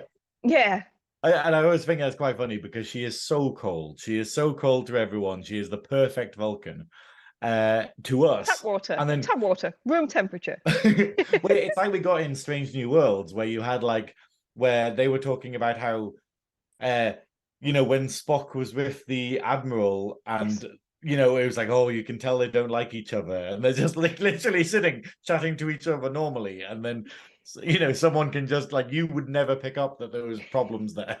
But it's basically like that. But yeah, so this episode is called Empathological Fallacies. Yes. Which bizarrely Amazon have spelt incorrectly. They spelt pathological wrong on it, so it's a bit odd. So I've seen some of the episodes going around on the internet where people are like doing what we're doing, and they've spelt it the way it is on the episode, but then not how the word would be spelt, and then it's spelt differently on the actual text of the episode that comes up. Yeah, it's a weird one. Someone at Amazon. Only you would spot that, honey. Only you would spot that. Yeah. This is the thing. I'm so OCD about spelling and grammar and stuff like that. But yeah. Oh, I'm dyslexic, so it doesn't make any difference to me. You could put letters the wrong way around. I'm still going to read it the same way. It's fine. That's it. I'm the same in numbers, I think. But yeah, okay. But she's basically, we start off with Tallinn. She's writing a report to Captain Sokol of her previous ship, the Cheval. Yeah, I think It's Cheval. Yeah, it's not in my notes. Ooh. Yeah, but basically, it's, the narrative is carried by her sending this report, and the Cerritos is carrying 3 Betazoid diplomats who are blatantly based off one of our favorite characters and one of the greatest villains of Trek, Luxana Troy, which is Troy's mother, who is an incidental villain. Like, they're not like Kai Wynn, they're not like Wayun or Ducat, they're not like sort of, whoever the villains in Voyager are. Seska? Yeah, not like Seska. There's all of them. Yeah. The guys with Janeway. Janeway. Back to Tuvix. Okay. But yeah, no, she's, and the whole point is that effectively it's how dangerous a middle-aged woman can be. Which anyone who has met one in the wild will know this. But the fact that it was also almost a bit cheeky. Every time there was a Luxana Troy episode, it was basically something would go wrong. So she'd come on the ship and she'd fuck something up somehow, or she'd have this episode very much plays on an episode of TNG where and Deep Space Nine. Yeah, both of them. Yeah, but basically, when she arrives on, so basically episodes where Betazoids are psychic. So they are telepaths, they can read people's minds, but then also as they get older, they can start to actually sort of influence people's minds, even unintentionally. So we get episodes of TNG and DS9 where basically Luxana turns up and then everyone around them starts going crazy because she's having an emotional breakdown or, a very difficult time. Xanthi fever. Well, yeah, exactly. It's got a term called Xanthi fever, which is kind of like the menopause, I guess. Like the way they talk about it is they basically go, "Oh, it's something we don't really like to talk about, but older, Betazoid women have it and whatnot." Basically, like a bit of Garth Marenghi vibes going on, where everything starts going a bit wonky and crazy around everything. Yeah. Oh, I'm a woman. I hope that's not a problem. I was telling my mate Mick about Garth Marenghi, and he'd never seen any of it, and I showed him a clip, and he was just like, "What is this?" Like, And I actually had to explain that it's not a real show from the 70s or 80s. It's deliberately done that because he thought that it was like a real thing. And then obviously he sees Matt Berry and, and I'm like, oh, okay, yeah. He's like, okay, it's fake. All I remember is that episode, and I think it was pork pie and soup and monkey masks. I can't remember now. Very strange time in my life. Garth Marenghi, man. But yes. Garth Marenghi. We're totally going all around the houses here. But yeah. But basically they've got these Betazoid diplomats and they're all dressed to the nines, like massive hair, massive dresses, very much based on Luxana Troy, who is the archetype for Betazoid diplomats, essentially. They've basically been partying on another planet called Angel One, and now they're off to Riser, and this Cerritos is basically carrying them there because all of these ships have gone missing, like we saw at the beginning of the other previous episodes. Diplomats are being carefully handled. So basically, they're on this secret mission to take them to Riser and protect them. And the funny thing Angel One the one that was in next? Sorry to interrupt. Wasn't Angel One the one that was Next Generation that had the women as the leaders as well, which also kind of ties into the last episode? Was it? I think so. The episode, the one where we get Riker wearing the weird. Yeah, I'm sure it was. Yeah. I'll have to double check. I didn't look into it, but I'm sure it is. Go on. So they're on their way to Riser. Yeah. They're on the way to Riser. Yeah. And I love that literally they're just basically party girls. They're just like literally they've got those, what are those called? Those plastic they're the massive, like, what is it, foot long plastic sort of cocktail glasses that you see people with at parties. Yeah, where it's like literally like this big or whatever, and it's just like they've got them because they're basically sort of like, it's, what's that thing they have in America, like spring break? Yes, they're basically diplomats, but they're acting like they're on spring break, basically. And obviously Tallinn is not enjoying this because she doesn't like rowdy people. She just likes calm Vulcan, stuff. Which is where I'm she's at having now to in ferry life, them around. Why are they doing it? I'm just laughing in chat that Joe Borders put, oh boy, I hope they address Ransom chiseled ass. Well, this is the best thing, where basically, like, the fact that in the next bit that we get is that they're all like flirting with everyone, and one of them basically puts their glass between Ransom's very chiseled ass. So we basically get to see his buns wrapped around this, and she immediately like flirts with him, and he responds well, as in, oh, I get off at this time, and she's just like, oh, I only like them when they're hard to get. He's like, I can be hard to get. I think he says like, no, give me one more chance. I can be distant and unavailable. But which is yet again playing on Picard, basically. Well, both Picard and Odo turning down Laxana's advances in every single Star Trek episode. Yes. Which is just how they do things, I guess. But yeah, basically T'Lyn gets landed, going to get them drink refills, and then and she's adds to her report how bad a situation is. So we change to sick bay, and we see. Now I like this. We Victor sick bay with Tiana, who's basically the catoid. What's their race called? I love her. I couldn't tell you the race. I feel so bad because I'm normally so on the ball with all of this. I think it says Cation. Cation later, so I assume she's a Cation. But yeah, love her. She's incredible. What a character. Well, it's as if you just got like, oh, what was her name? She was one of my favorites. The one who took over from Crusher in season 2 with Next Gen. Polanski, yeah. I'm a big fan of Polanski because she's basically the female Bones. She's basically just no nonsense, very scientifically minded. And Tiana is basically if you turned Bones and Pulaski into a foul-mouthed cat. Is basically what this character is. So she's constantly swearing. She has more beeps over her words than any other cast member. But don't cover our words, just after. Well, they basically, you can blatantly tell that she's still saying fuck, but they sort of put a bleep in there just out of courtesy, I guess. But yeah, I like, though, in the back of this scene, there's a nurse wandering around wearing a Geordie LaForge visor. Yes. Like wearing one of them. And I was just like, that's great. I love that as a little reference.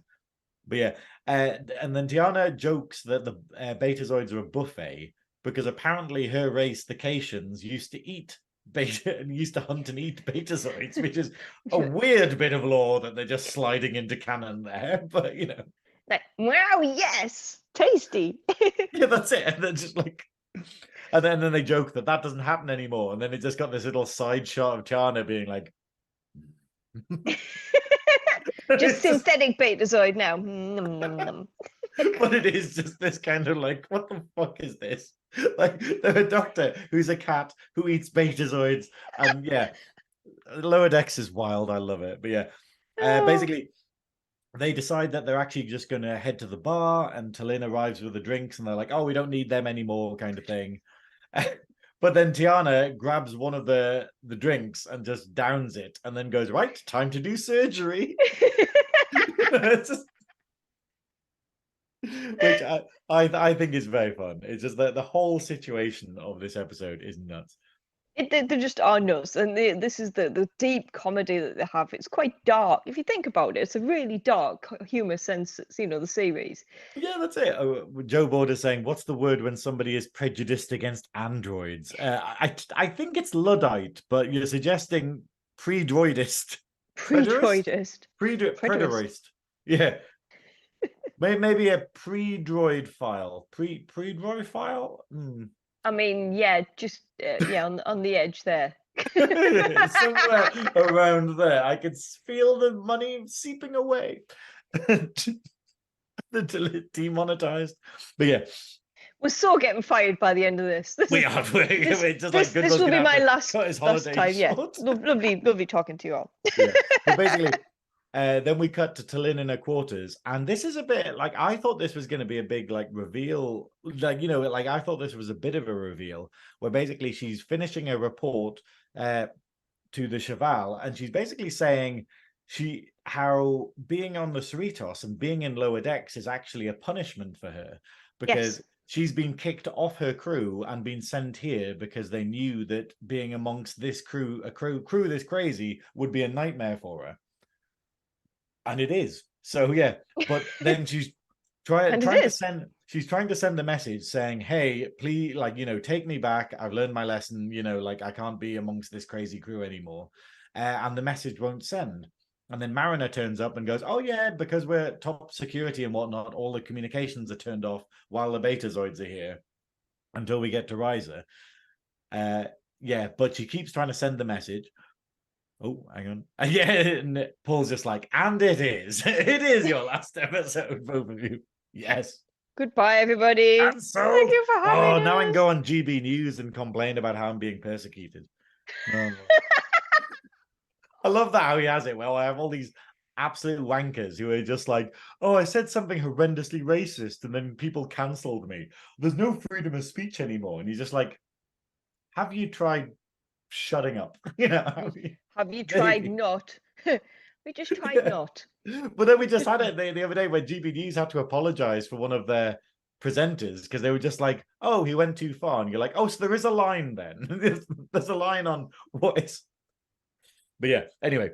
Oh, and it is. Oh, and Star Trek. Oh. Oh, and Star Trek. But yeah, okay. Yeah, okay. It's a bit weird. So basically, they're trying to get everyone to this party that they're having. So basically, the Betazoids are hosting a massive party in the bar, or I think it's like their rest. What the what's it called? The where you eat on a ship. Mess hall. Mess hall. That's it. That's what I'm thinking of. Yeah, they're all there. And in Boimler's quarters, he's bizarrely trying to remember he's using his downtime to try and memorize every single member of the crew's name, which is a bit bizarre. So he's going through them and getting annoyed when he can't remember any particular people. And Rutherford is trying to convince him to come down to the party, but he won't until he's actually mastered every crew member's name. So Rutherford basically just goes, oh, okay. And then he contacts the Bajoran security officer, Shax, like their chief of security. And it goes mysterious. It does that film thing where basically it darkens over his face. And Rutherford is just like going, I found a candidate for the program. And makes it sound super suspicious, but we know it's going to be something fucking dumb. Yeah. Yeah. Finally, T'Lyn has given up on trying to send her message to the ship. So basically, she goes to the party. We see a lot of crazy stuff going on in the background. We see the counselor, who is a giant bird, and I can never remember his name. Do you remember his name? No. No. Big. We need goodwill so bad because that's it. We are doomed without goodwill. But basically, he is a very funny character because he's just an absolute dickhead who doesn't know how to do his job properly, but then is still there all the time. And anyone who has worked in an office environment will know this person. So it's somehow still hanging on. But yeah, that's it. Why? How the fuck? But I quite like it though that everyone seems to be getting a hyper emotional in this situation because he's arguing with the replicator because the replicated soup he's eating doesn't even taste like it's regurgitated. So he throws back because he's a bird. So he throws back the plate of the replicator. He's like, this soup doesn't even taste like it's been in my mother's mouth. It's just. It's so random and so wrong at the same time. It's so accurate with him being a bird. Imagine someone having to program the replicator to make it taste like it had your mum's saliva in it. It's just, it's just messed up. But he's getting oddly emotional about that. Everyone else, Tendi, Mariner, and Rutherford, they're all drunk and swearing. But then T'Lyn is basically asking when the communications blackout is going to end so she can send this message. And she actually notices that everyone's more crazy than usual. And even Captain Freeman, who's usually the voice of reason, is incredibly emotional. Even getting on the bar and ordering everyone to calm down. And everyone just ignores her. Everyone just ignores her and just gets on with the party. But it does this whole thing because as fans, this is what I'd be interested to see a non-fan talk about this episode, because this weighs more heavily on, oh, you should know this to get the joke. You should know that this is what this is referencing. And I wonder if an outsider would be like, don't have a clue what's going on there. But basically, we have it where, everyone's talking about, oh, well, something must be affecting people. And then it pans out to show the betazoids. And it's like going, but yeah. Because we've had it before. We've had it on DS9. We've had it on TNG. Betazoids are trouble, basically. But yeah. Well, psychic middle-aged betazoid women are trouble, as we found. But yeah. I just think that's all species of women. Yeah. Of that age group. You're saying it. I'm not saying it. But yeah. Sorry, everybody, but I am of that age group, and I am of that gender. we then cut to Shax and Boimler, who are in an isolated part of the ship, and it's all very mysterious what the secret mission is, the program that security have got Boimler on. And Boimler asks what he might be there to learn, and he asks like, what? Sunkase? Well, is that a thing? Is that Sunkase? Is that? I kind of wonder if that's like some kind of Bajoran martial art. Like, I wonder if it's just a throwaway line from DS9 or something. It's got to be. It's really good. I don't know. Yeah. Maybe it's a real life. Anyone in the chat, do you know what Sunkase is? Or could you Google it? So we can somebody Google it? Because Google it. Google Sunkase using Google. Alpha memory. Yeah, that's it. Memory alpha. There we go. Memory that's beta the one. And all that. But yeah. And then basically he thinks it's going to be this big dramatic super like security thing. And then a door pushes open, and then there's someone there from the security team reading out a poem about Worf's upbringing while dancing around the room. And Shax just leans into Boimler. He's just like, hope you can handle some slam poetry, Lieutenant. And it's just the idea of the badasses of the crew, and they're doing slam poetry. It's the truth. This is what happens. Just when you think somebody's all cool and that, you end up in a room with them and they end up doing the slam poetry or with a pair of bongos. It's true. This is the crazy thing. This is the crazy thing about like roadies and about security guys. Like, well, Tiny, who does like all of the stage management and stuff, and all of the he literally, his job is getting up very early in the morning and putting all the stages together for festivals and like the arena and stuff like that. And yeah, he was there at Lindisfarne when we were doing the main stage at Lindisfarne. I went, came off the stage, and like Tiny's just sitting there having a nap because he, on this like sofa in a tent in the middle of like a field. And I was just like, oh yeah, But yeah, anyway. I remember being at some of the festivals I used to work, and you'd be editing your photos backstage, and then somebody would come off, and you'd be expecting to be super hardcore, and they'd be like, oh yeah, let's have a party. They'd come off and they'd go, oh, has anybody got a cuppa? That's it. Somebody, I've got my slippers in the back of the truck. Can somebody go and get them for us? Because I'm knackered. This is the thing, and it is, and you kind of, this is what we're saying about. It's like the previous episode with the Orion Syndicate, where you kind of like she's doing the opposite, where she's trying to say no, they're not that cool, and then we find out that they actually are that cool. So it's like that turning that on its head. But so basically they're doing poetry for the security team. Look in the chat, Tiny. Hey, is it Tiny? Someone actually brought Tiny around. I love it. Oh, it was so good seeing you at Lindisfarne. Sorry, Joe, about it. I don't think me and Graham would be able to spell it either. My apologies when I'm reading the chat. I can't spell it. I think the subtitles came up with TSUNKASAY. But no, Tiny is very much the person that I expect, being like this big, like hunk of a man, like tough as nails, and just being like, oh, I'll just get my knitting done. He's just getting out his knitting and stuff, and just sitting doing that. Nice cardi right here. I'll do a little cardi, and you totally don't expect it, and that's exactly what this episode does with the security team, where it kind of shows that they have a lovely softer side. Where are we now? Okay, cool. Yeah. Basically, back in the mess hall, basically, Talin's pointing out that the Betazoids might be the problem, and then mentions what you mentioned earlier, Xanthi fever. Xanthi fever. Yeah. Xanthi. That's not happening. And it affects betazoids of their age. So basically convinces the betazoids to come with them to sick bay, and Tiana like scans all of them, but there's nothing wrong. There's no sign of actual Xanthi fever on them and stuff, and they're also taking umbrage because they're not old enough to have Xanthi fever, because it only affects middle-aged women. How dare you? Yeah. How old do you think I am? How dare you?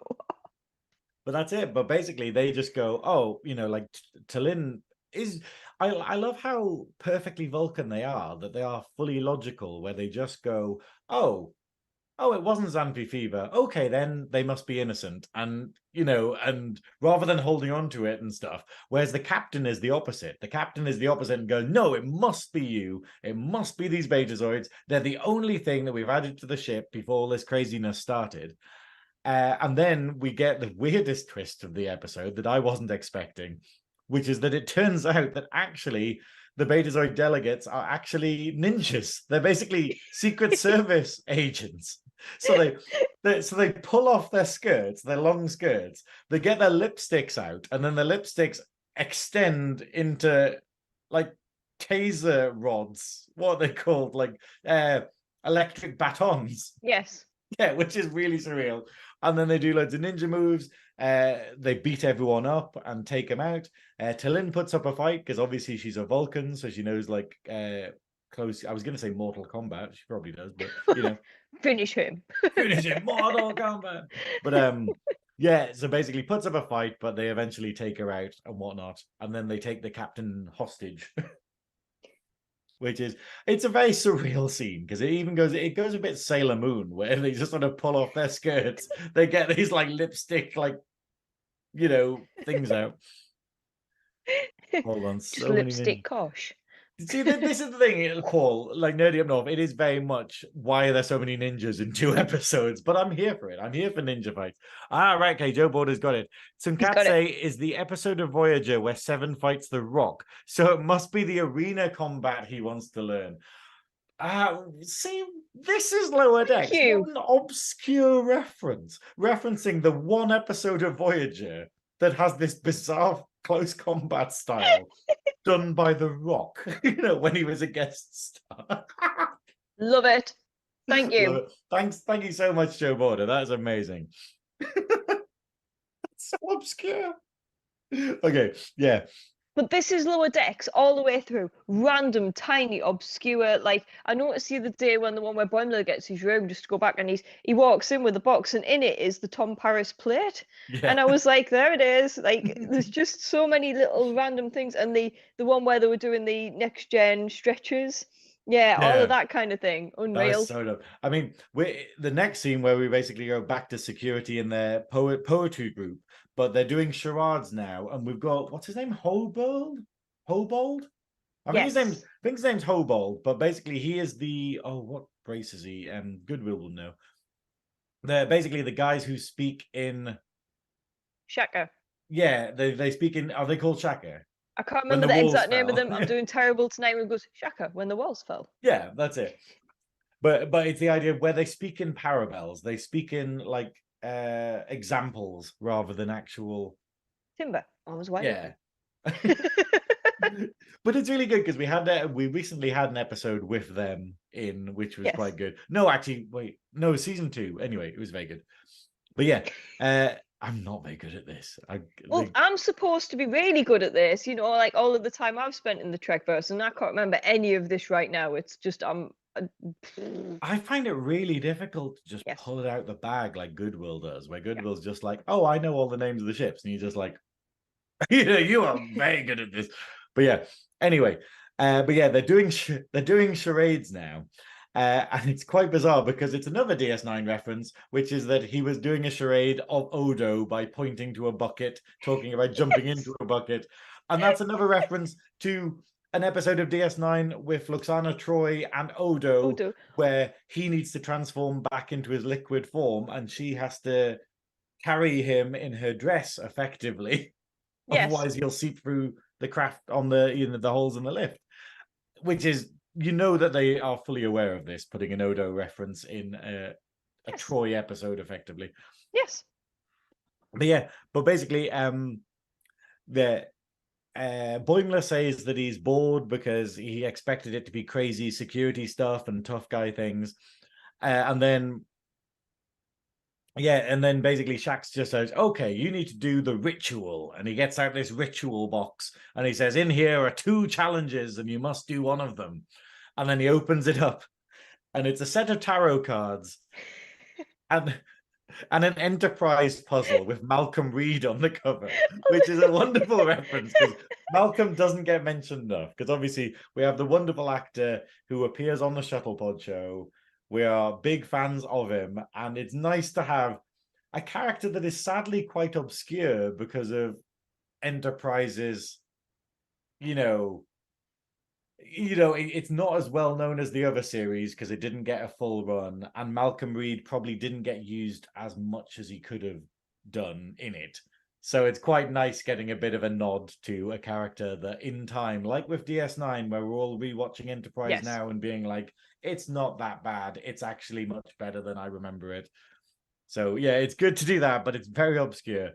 And we see it later, but the tarot cards aren't normal tarot cards, are they? They're like Betazoid ones. They're like, what's they called? Bajoran ones. Yes, they're his, so the security officer who, yes, they're his Bajoran tarot cards, which is unusual because it's not something I would personally imagine the Bajorans having, being such a religious race. But that's the thing, so I'm assuming they're Bajoran tarot cards. I mean, but that's a nice bit of lore for the Bajorans, really, that we're still getting stuff even after DS9 is finished. That is something I'm going to be researching later on. Let's see. Well, we can just get Joe to Google it. Joe, Google the tarot cards. Thanks. Right, okay. Professional. We're professional. Yeah, cool. Okay. We're so getting fired. Yeah, we're already fired. We're just waiting for the signal to cut off. But basically we're in the lift. We're going with the Betazoids. They've taken the captain hostage, and they reveal that they're from the BIA, which is Betazoid intelligence. And basically they get to the bridge. The captain attempts to fight back and takes out one of them and orders the bridge crew to attack them. But they're ninjas, so they basically just take out everyone and retake control of the ship. But then they're trying to chart a course back to Beta Z, but to do it quickly, they have to do it through the neutral zone, which is the Romulan neutral zone, which is one of kind of could be seen as a TNG reference because it's a massive factor in TNG, whereas the other series kind of don't give a shit about it. Well, no, actually, the neutral zone is important for the Marquee and stuff in things. Hugely. But effectively, sort of, we only really get it mentioned in regards to the Romulans, in TNG. Joe says, "All right, but I'm getting an ice cream sandwich after this." Oh. Man. I'm really considering I'm meant to be streaming video games after this. I really want to just get pizza, but I can't. I shouldn't get pizza. We're doing I'm doing press at a murder mystery evening tomorrow, and we get dinner for it. We get a 3-course meal, so I'm just like, so maybe shouldn't have pizza when I'm having fancy meal tomorrow. So it's the weekend. Shh, it's the weekend. It doesn't count. I'm wearing this amazing velvet dress as well, and I'm just terrified that I'm going to spill something on it. Like, I'm wearing a very expensive velvet dress, and I'm just like going, if I spill wine on this, I'm fucked. It's like, is it red? No, it's the green one. The green one. Yeah. Yeah, so yeah. If it be red, you could go with red wine. Just drink white wine. I'll drink green wine. I'll just drink like radioactive slop for the whole evening. Just get some blue Romulan ale. I'll be all right. There we go, Romulan ale. I forgot to mention that at the party thing at the beginning, one of the Betazoid delegates has like a drinking cap, but with Romulan ale on it. It's just this weird thing, this dressed up woman just with this drinking hat on. I want a drinking hat. I don't think I should be allowed a drinking hat. Not after the last debacle when I got drunk. So Joe Border, who has saved our bacon several times, has come back and said, tarot cards are Bajoran. Well done, Graham. And in the shot, you can see Sisko depicted in one of the cards as the Emiracy. And the what was that again? The Emissary. emissary. Emissary. Okay, yeah. The famous the emissary of the prophets. I haven't even had a gin yet. Good grief. Yeah. So that is really cool. I thought they were really cool, but I want to know now where tarot cards fit in with Bajoran culture, because I can't imagine Kai Wynn ever endorsing anything like that at all. Like, even though she was evil as. Yeah. Wait, I think it's one of those things Thanks, though, Joe. where it's like, it's like with sort of anything where you just go, oh well, the gods, the prophets are speaking to us through the cards, like that's how they'll justify them. But that is great that it's got a little Cisco reference in there as well. That's really good. But yeah, but yeah. So basically, the threat is that the ship, the crew is disabled. No one. There's a crazy party going on, so people aren't doing that. Security are unaware of all the problems because they're having this little party at the side, and the ship is about to go into the neutral zone. That means it'll probably start a war effectively against the Romulans, and that's exactly what the Romulans want. They want Starfleet to slip up any Yes. excuse, basically. Yeah. War is ours. But yeah, we get a bizarre little scene where basically we have Mariner, Tiana, and T'Lyn are all tied up. I don't know why they're tied up. No, they're not. Yeah, no, they're tied up for some reason. I don't. Oh yeah, because the Betazoids. Yeah, the Betazoids sort of beat them up and tied them up. Yes. Everyone else is too distracted to help, so they're trying to make a human pyramid because they're all just gone nuts. They've all gone absolutely like emotionally nuts. The ultimate party of a century. They're all half naked and climbing on human pyramids. Yeah. And at this point, the professor is still trying to take out the replicator machine for not providing the correct Yeah. sustenance. So everyone's emotions are just like up to like 400% basically, and it's a bit scary. But Tiana manages to free them because she's a cat. She has claws. She just tears through the ropes, but she's absolutely rabid and speeds off down the corridor screaming, "Mama's gonna eat well tonight," referencing eating the Betazoids, which is just a surreal scene. Oh my god! And I like it though because Marin is just like, we have to go after her. She took an oath not to eat any patients. I just love how surreal this is. But yeah. Now the crazy thing is though, what they find next is they find a scanner that the doctor dropped that basically is scanning T'Lyn and points out that actually she's the cause. She's the cause of all of the psychic phenomenon that they're having and all of the emotional problems. Do you want to explain why this is? Yes, I don't mind. So obviously there's a Vulcan syndrome called Bendy syndrome. Not bendy as in bendy, as in Yeah. Bendai syndrome, which is a reference to the Sarek. So obviously it's very clever that they put that in. And obviously she is in emotional turmoil. She's still struggling with coming to terms with it. So yes, it turns out that the little tricorder is picking up that our T'Lyn has Bendy syndrome, Which or is Bendai syndrome. And this is the crazy thing, because obviously, like with Betazoids, they're very flamboyant, they're very emotional, and so you kind of you kind of make the connection there, which is why we thought that the Betazoids were behind everything. But actually, it's the most calm and collected person, the only person on the whole crew that still has their head screwed on correctly, is the person doing this, because what Vulcans do is they defer their emotions. It's not that they don't have emotions, they just suppress them to the point where they can start pushing them out to other people when Yes. they get stressed. And and Bendai syndrome is basically when you get old, you can't actually control it anymore, and you just end up sort of putting your fears and hopes and worries and stuff and anxieties and spread it around to everyone. Because wasn't it in Strange New Worlds where Spock kind of explains that the Vulcans actually have higher emotions, and that's why they had to learn to tune them down, because they feel more than most, so therefore they can't let that control them, because otherwise they'd just be absolutely off the rocker. So in this case, T'Lyn is kind of struggling with it. She's suppressed it and suppressed it and suppressed it. Yeah. Yeah, and that's and I quite like it that we've recently had a Strange New Worlds episode about this, where we had Spock sort of trying to get a handle on his emotions and whatnot. And I think it's great that we're building Vulcan lore by taking the old stuff and then going, cool, we're going to build on this. But yeah, so basically, yeah, we find out that actually Tallinn is 62, which is because they live a very long time. But yeah. But it does have the line of like Mariner being shocked that she's like 62 and then just being like, oh, we all do crazy stuff as we get older. When Boimler turned 25, he grew a mustache and it was sad and hilarious. I just like the idea of describing something as sad and hilarious. But yeah.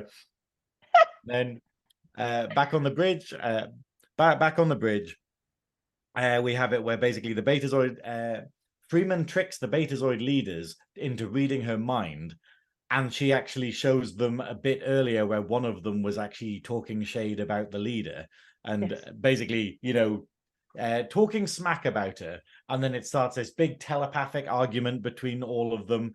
And then as they're distracted, Freeman is able to press the security alarm, which then immediately goes off in the poetry class with security. And this is right when Boimler's complaining that they're meant to be tough. They're meant to be these tough, hardened security officers. And here they're doing tarot and they're doing like poetry and they're doing charades and stuff. Yeah, and then immediately, as soon as the alarm goes off, they all leap into action. They all go full serious face, leap into action hilariously, and then run off to go to the bridge.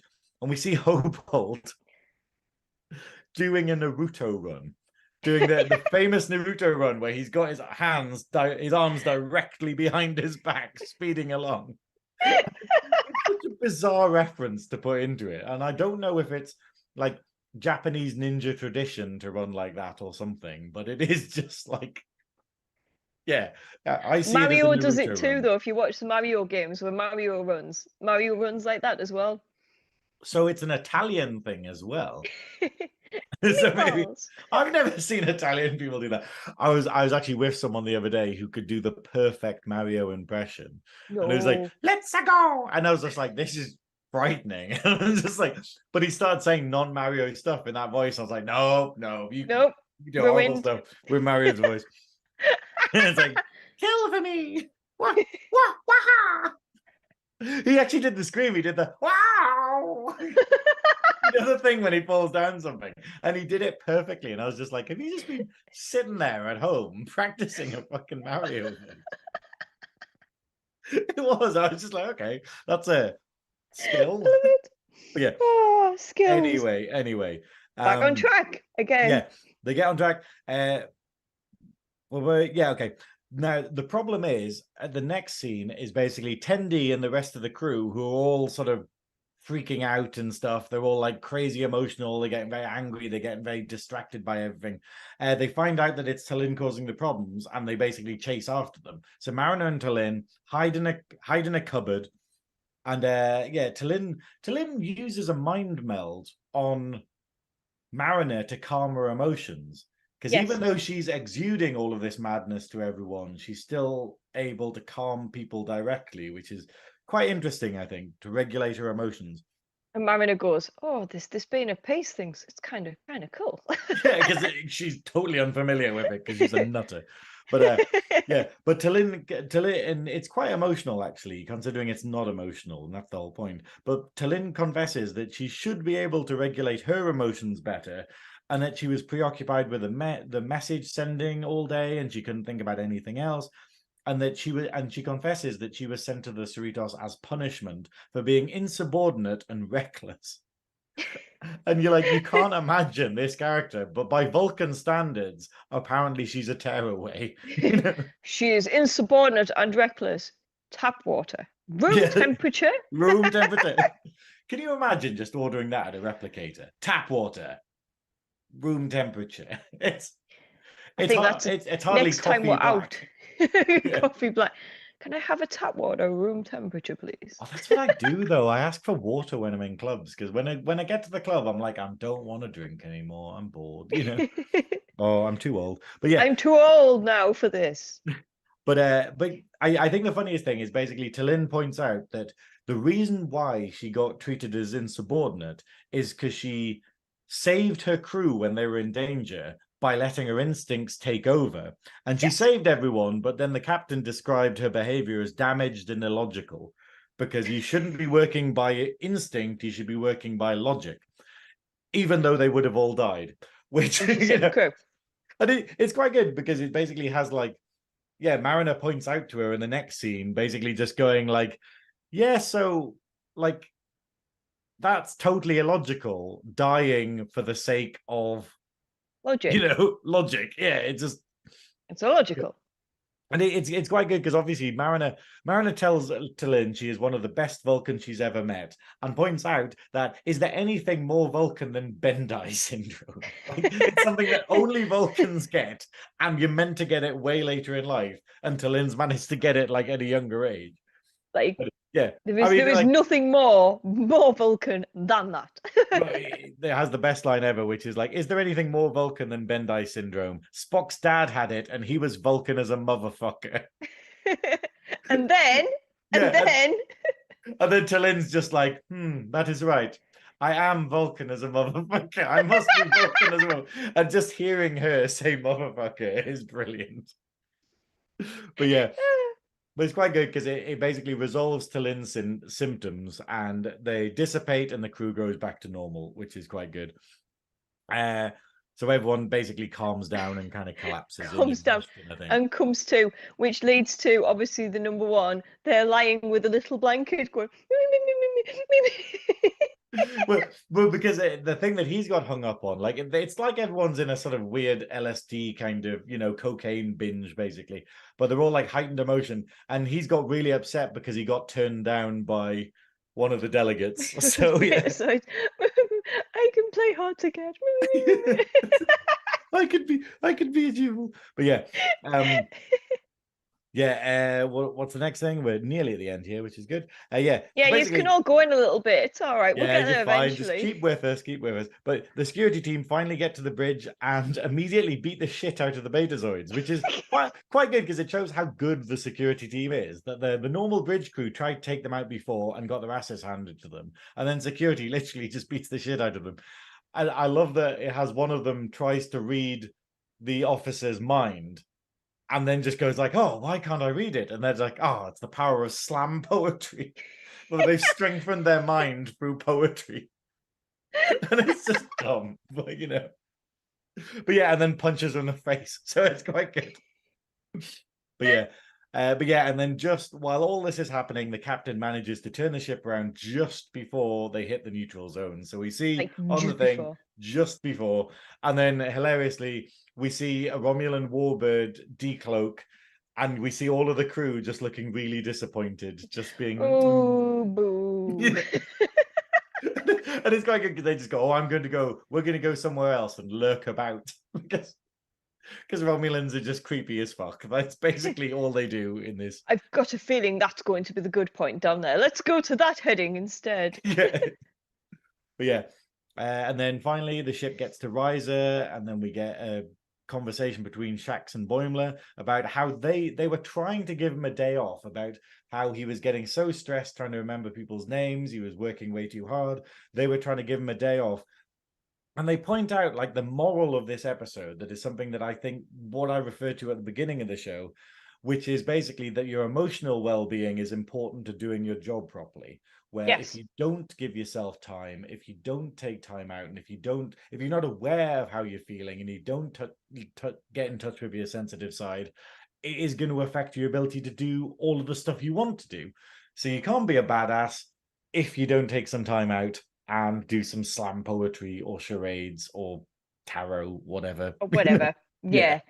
And if you don't trust your instincts, you can't just let your whole crew sink just because you didn't trust your own instincts. Yes, that's the thing. There's logic and there's stupidity, and I think not doing what you know is right, even if it's illogical, is stupidity. Yes, absolutely.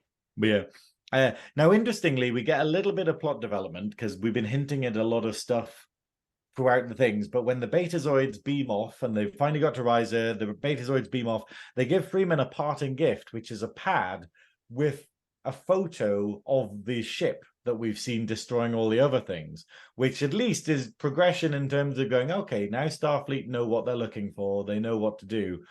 And it's quite good. And I always love this about Star Trek, where everyone just gives pads away. Like, you know how we have tablets now, where the tablet is a computer and can do a billion things. In Star Trek, you have a whole device to show one picture, and you're like, that's what it does. And then what happens? Do you de-replicate it? Do you just recycle it? Or do you just go, well, that's my one picture pad? That's a lot of microchips. This is one of the things that I remember having a conversation when I first started one of my departments.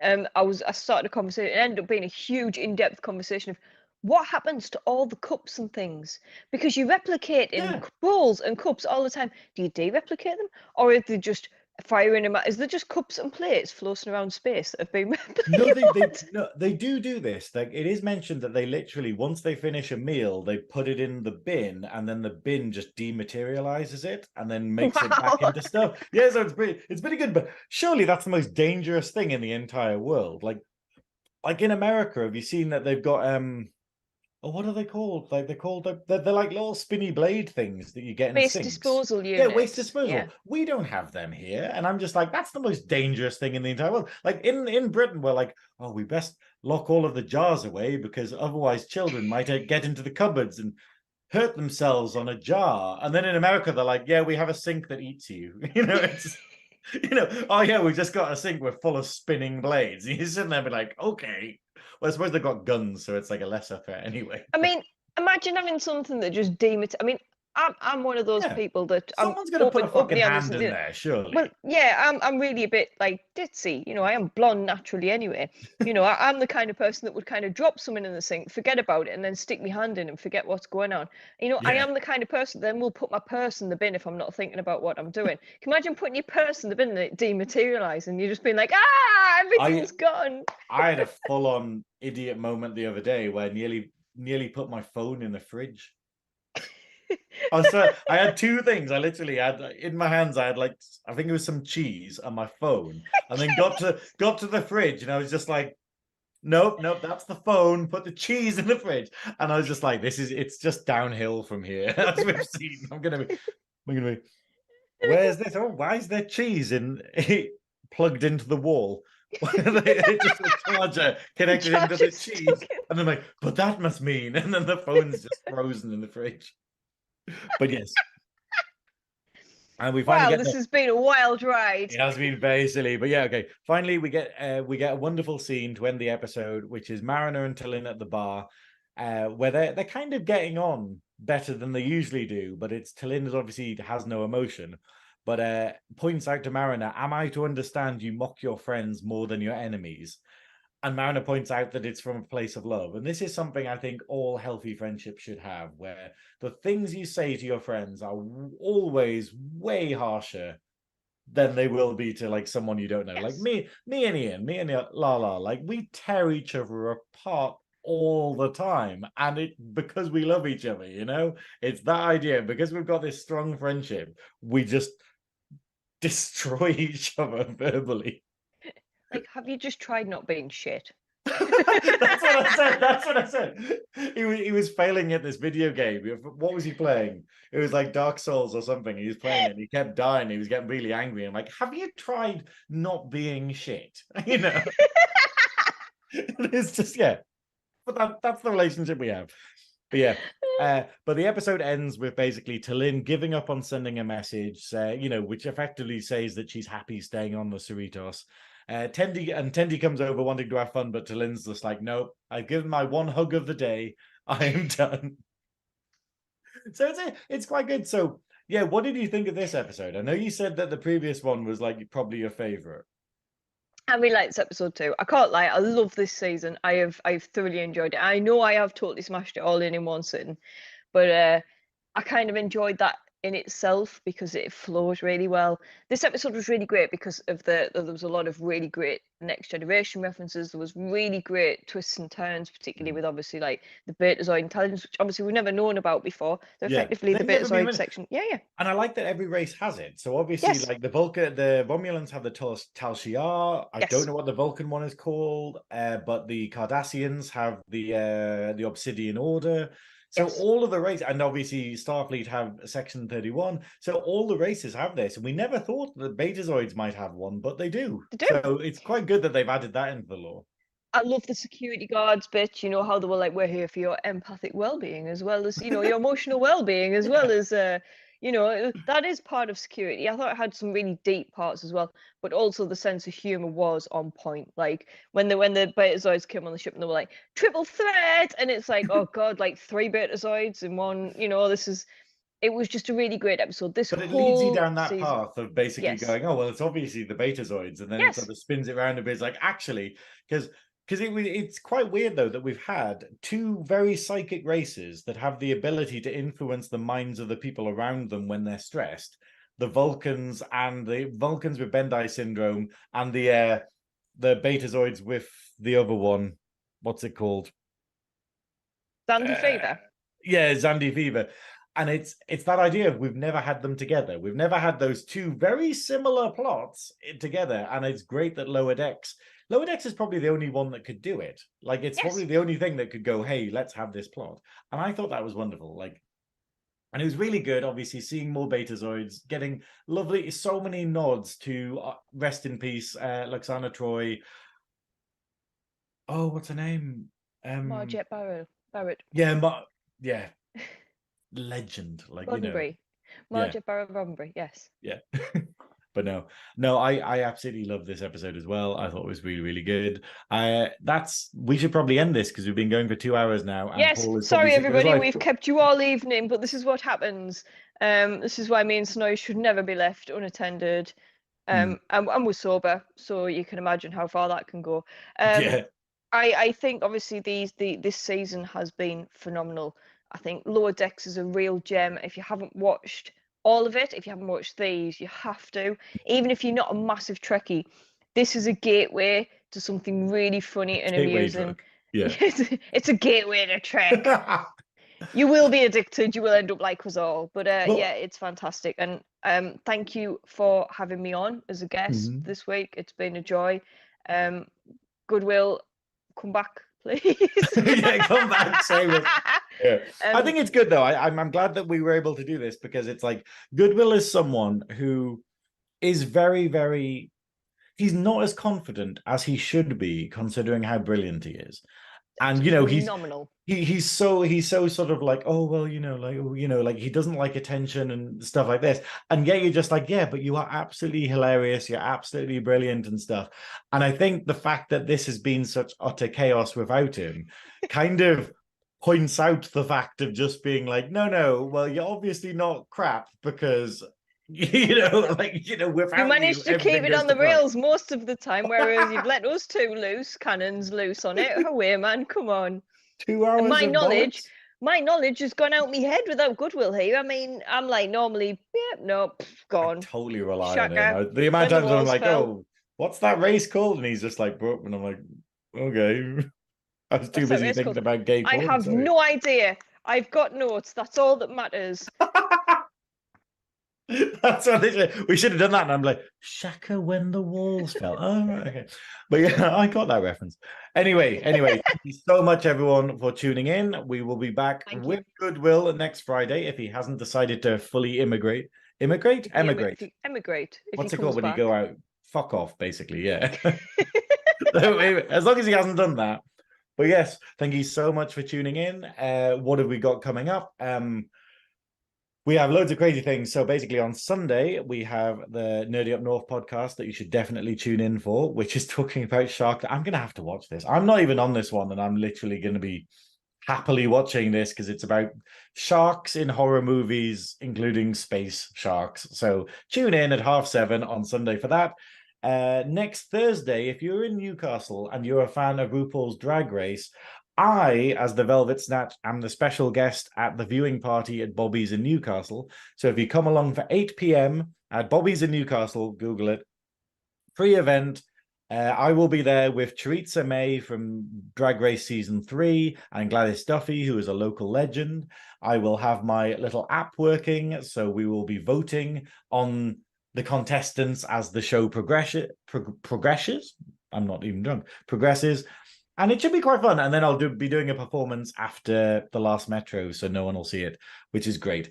And then next weekend, if you are around, there is Hartlepool Folk Festival, which is, it sounds, you hear it and you go, oh, that's going to be really boring, but it's a wonderful family event in Hartlepool on the headland. It is always amazing. They have all these shows on, all of these different acts to go and see, all of these different bands, all these activities for families and stuff. And myself and Theresa May will be hosting the adult cabaret on Sunday night. I don't know the location yet, but it'll be on a website somewhere. And we will be doing a horror cabaret for everyone with lots of lovely folk musicians and cabaret type things. So yeah, but if you're not there, then you can be watching the Nerdy Up North podcast on Sunday that week. But yeah, there's all my shout outs. Do you have anything to shout out? Nope, I am incredibly boring. But I know obviously in 2 weeks' time there is the Nerdy Up North 24-hour charity podcast. Yes. So that is probably where I'm going to try and tune in for the Sunday night one as well, about space sharks, because space sharks. Yeah, but no, I don't have a life other than watching Star Trek. So this is how they drag me out of my shell. So thank you for having me. Thank you. Yeah. Just going to point out to Joe Border, no, it's Theresa May, as in the Spanish sausage. Theresa May, like the Spanish sausage, and it's a play on words of Theresa May. But thankfully, she's more famous than Theresa May now, which is great. But yeah, no, I would get her on the podcast, but it's actually her fiance that is a massive Trek nerd. I talk to Theresa's fiance all the time about Trek. He's more into Voyager. I'm more DS9, he's more Voyager, but yeah, it's great chatting to him about that. But yes, and you can follow me at thevelvetsnatch.com or the Velvet Snatch on Instagram and Goodwill on all of his socials. But yes, tune in next week at the same time for Nerdy Up North, and Monsters happens during the week. Yeah, go watch Monsters. That's Monday. It's on Monday, but I have no idea. I don't want to say too much because I have no idea what episode they're doing this week. They did one on Gary Oldman, and I have no idea what the episode of Monday is, so let's just not mention it. Thankfully, no one heard that, because I did this. Yeah. Right, okay. Right, okay. See you later, everyone. See you next week. Have a great Good night. Week. I will see you soon. Thank you very much, everybody in chat. It's been a joy. Thank you for the opportunity. Bye, guys. Live long and Miles! Live long and prosper. More!